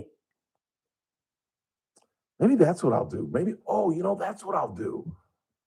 Maybe we'll go to dinner on that part of town. There you go. And then I'll just slip by a fire hydrant real quick and put my bet down. Because his odds aren't going to go much lower. He's 6-1. What did you say, 6-1? 6-1. They're not going to fall much lower. This is his first time, the trainer's first time at the Kentucky Derby. He's kind of a sentimental favorite, but what did you say? Is it Regency or what is it? What was the Renegade? Renegade. That's the odds-on favorite. He's going to drop to at least 3-1. He said 5. No, I think that one was 3-1 already. Hold on. Let's take a break, and because we wanted to do this anyway, and we'll go through the whole field. It is the Run for the Roses tomorrow, right around 2:30, 3 o'clock Pacific time. When we come back, we'll go through the field, give you all the horses, their slots, and their odds. And just remember, I am the mush, but I like So Happy. Quick timeout. Coming right back. Wrapping up the broadcast. Last break of the week. Keep it locked. Scott Jennings. By the way, you're going to want to keep it locked for Scott Jennings tonight. As I've mentioned, I watch the Abby Phillips show on CNN every night. Abby is the host, a beautiful black woman, works for CNN, and she has a rotating panel. Scott Jennings is one of the regulars. He appears maybe 2 or 3 times a week. He got into it with this 23-year-old kid, and the kid put his hand in his face, live television. And the only reason I didn't play the audio is you'll see why in a second. He turns to the kid and he says, "Get your effing hand out of my face." And Abby's like, whoa, everybody calm down now. We're just having a debate. He says, I'm not gonna take this, Abby. This is a 23-year-old kid, and he was really condescending. We can't bleep it, huh? I really want to play it just so you can hear the 23-year-old kid just being really condescending, and a 23-year-old talking to a 50-something-year-old man like that. I don't blame him. So I'm sure he's going to make reference to it at the top of the hour. So you might want to stick around and keep it locked right here on News Talk 96.1 at AM 1230. We stream live at kernradio.com.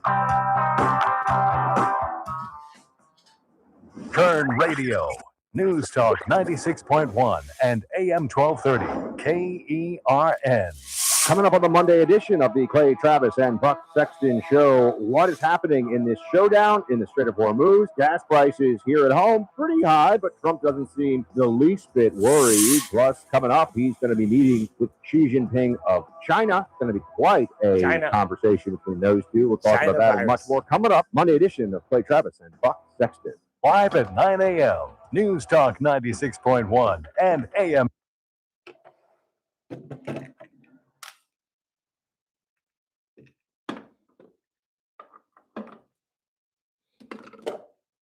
China, the China virus.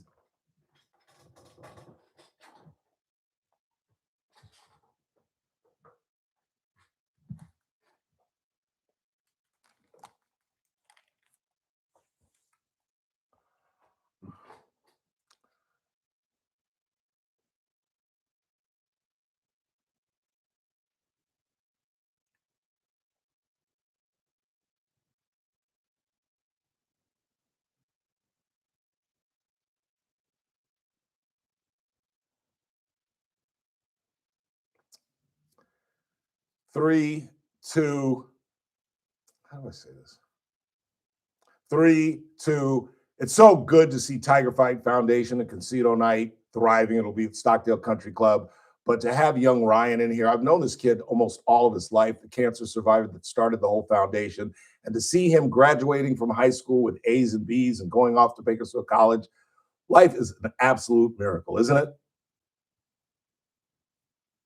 3, 2. It's that man again. Look what's coming up on the Monday TRBS. Well, it's a Monday. Dr. Jeet Singh will join us, and Kathy Abernathy will be here as well. She'll tell us about the Lincoln Day dinner, and we'll obviously have the winner from the Kentucky Derby. So happy.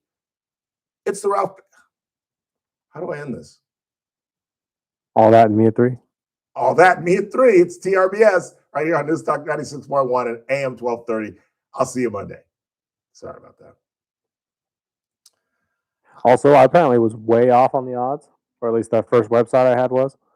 You're at 15-1. Yes, that's even better. Says ESPN. But you are out of the 8-hole. 10 to win 150. $10 to win 150. That's a great bet. Your engine begs for help. Head to Kern Oil Change. Fast, friendly, and affordable service that keeps your car running smooth. No appointment needed. Just roll in, roll out, and drive with confidence. Plus, get free fluid top-off with every oil change. Kern Oil Change has 2 locations to serve you. 3706 Coffee Road and 5651 Auburn Street. Kern Oil Change is open 7 days a week. Get in, get out, get on with your day. Follow us on Instagram for additional savings. Get ready for the 11th annual Mac and Cheese Fest, happening Saturday, May 9th at the Kern County Fairgrounds from 2 to 6 p.m. This year's event is going to be bigger and better than ever. Enjoy endless servings of mac and cheese, along with refreshing beers, spiked seltzers, cocktails, and live music. Tickets are on sale now. For more information and to grab your tickets, visit BakersfieldMacandCheeseFest.com. Happening Saturday, May 9th at the Kern County Fairgrounds from 2 to 6 p.m. This event benefits the Bakersfield Ronald McDonald House. Clay Travis and Buck Sexton live at 9 a.m. Now back to the Ralph Bailey Show on News Talk 96.1 and AM 1230 KERN.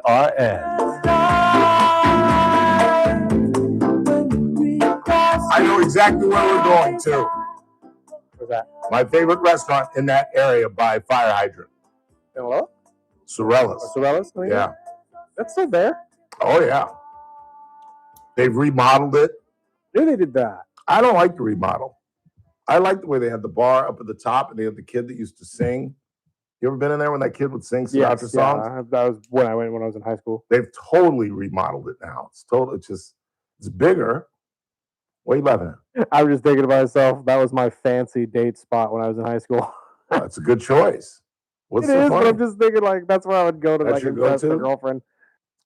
My go-to was the Warehouse Yeah. in Marina Del Rey. That's one of my favorite restaurants in America, where they have it's just situated so well. It's a 2-story restaurant on Mindanao in Marina Del Rey, and the upstairs there's no roof, so the upstairs looks down at the bar where they have live music. So you're getting serenaded by live music as you're having dinner, or you can go in the bar and sit. And it's just really great food. I told you I ran into, you remember Chester McLaughlin? I ran into him there. And he was eating the largest steak that I'd ever seen in my life. And I remember I made him laugh. And I said, "Oh, hey, Chester McLaughlin, nice to meet you." Kim and I were sitting right behind him. And I said, "Did they cut that steak especially for you?" And he looked down at the steak and he said, "No, that's just their porterhouse." I was like, "Dude, that's the biggest damn steak I've ever seen in my life." And he said, "I'm gonna eat every drop of it." I said, Good luck this Sunday." It was a good guy. He was a nice guy. He was kind of a one-hit wonder. He was like a stud for like 2 years, and then just nothing. All right, let's go through the field of the Kentucky Derby. Dun, dun, dun, dun, dun, dun, dun.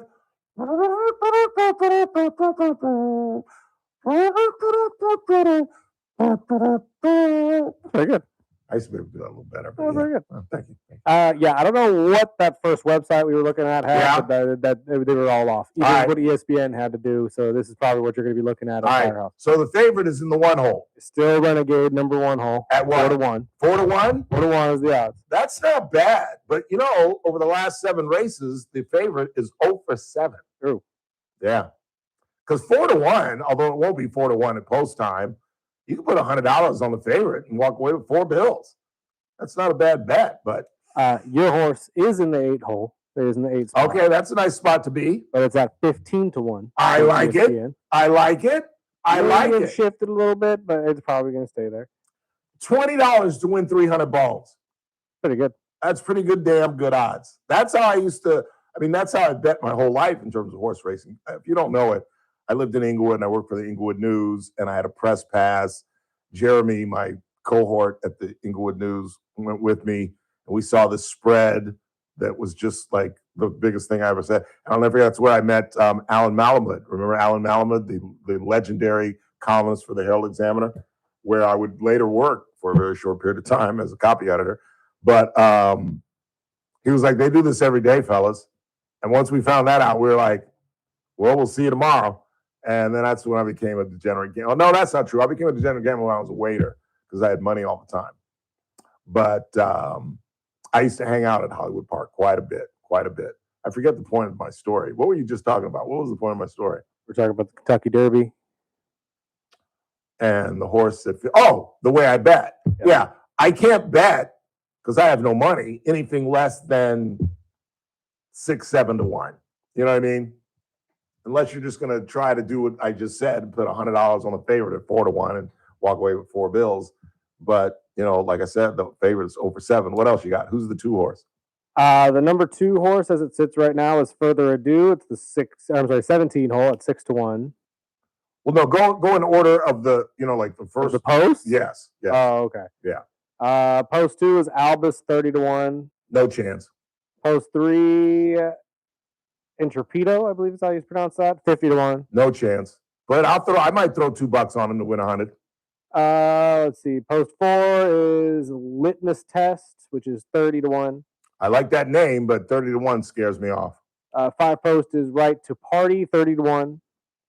Like the name too, but 30-1 is no chance. 6 post is Commandment, who is tied for second best option. What's the odds? 6-1. Ooh, a lot of people like Commandment.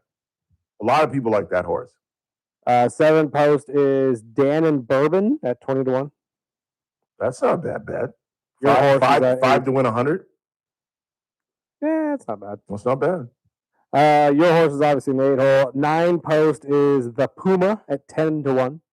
Ooh, that's a nice bet. 10 to win 100. 10 hole is Wonder Dean at 30-1. Never.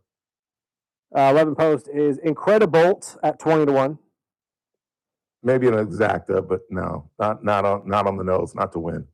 12 post is Chief Wallaby, who is third place option. That'd be a 8-1 odds. Ooh, I like to match him up with a long shot for the exacta. Potente is the 13 hole at 20-1. Never.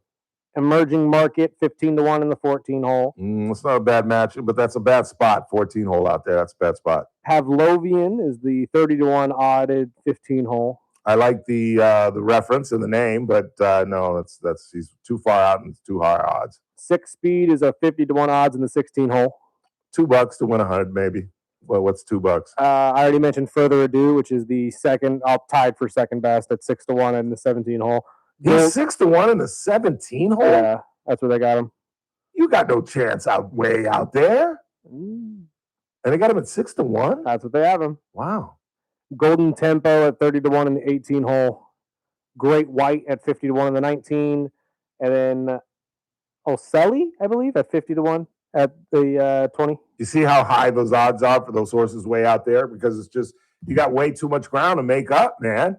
Especially if the favorite is in the 1 hole and gets off to a fast start so he doesn't get pinched in. Those horses have to hustle their ass to catch him around that first turn. ESPN claims that post 5 and post 10 are the ones most that usually win. Really? Who's in 5 and who's in 10? 5 would be Right to Party at 30-1. 10 would be Wonder Dean at 30-1 as well. Oh, damn. I'll maybe put $2 on both of them. Yeah, you're right. I can't just walk in and throw down 100. I got to go. I got to sit down. I got to read my racing form. I want to see some times. That's what I go by. I go by workout times. If you open up the racing form, they'll put bullets by the amazing times. Want to thank Chris and Ryan Wilson and, of course, Rick Bentley. You guys have a great weekend. In the meantime, for Chris Burdick, I'm Ralph Bailey. That's what's really going on. I'll wrap to you Monday.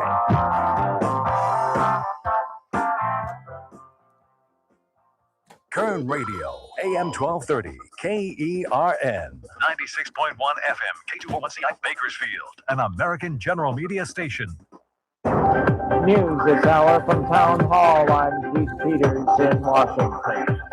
President Trump claims the Iran war has already ended and that congressional approval is unnecessary. White House correspondent Greg Clugston explains. Under the War Powers Resolution of 1973, the president must seek formal approval from Congress for military action that extends beyond 60 days. That deadline for the Iran war arrived this week, but the Trump administration says the current ceasefire effectively paused the war and there's no need to seek congressional approval. As the ceasefire continues, the U.S. Navy is maintaining a blockade to prevent Iran's oil tankers from getting out to sea. Greg Clugston, Washington. Investigators are probing the crash of a small plane in Texas Hill Country. Officials in Texas say a small Cessna 421C plane crashed in the Texas Hill Country, killing all 5 people on board. In a Facebook post, Hays County Judge Ruben Becerra says the crash happened Thursday night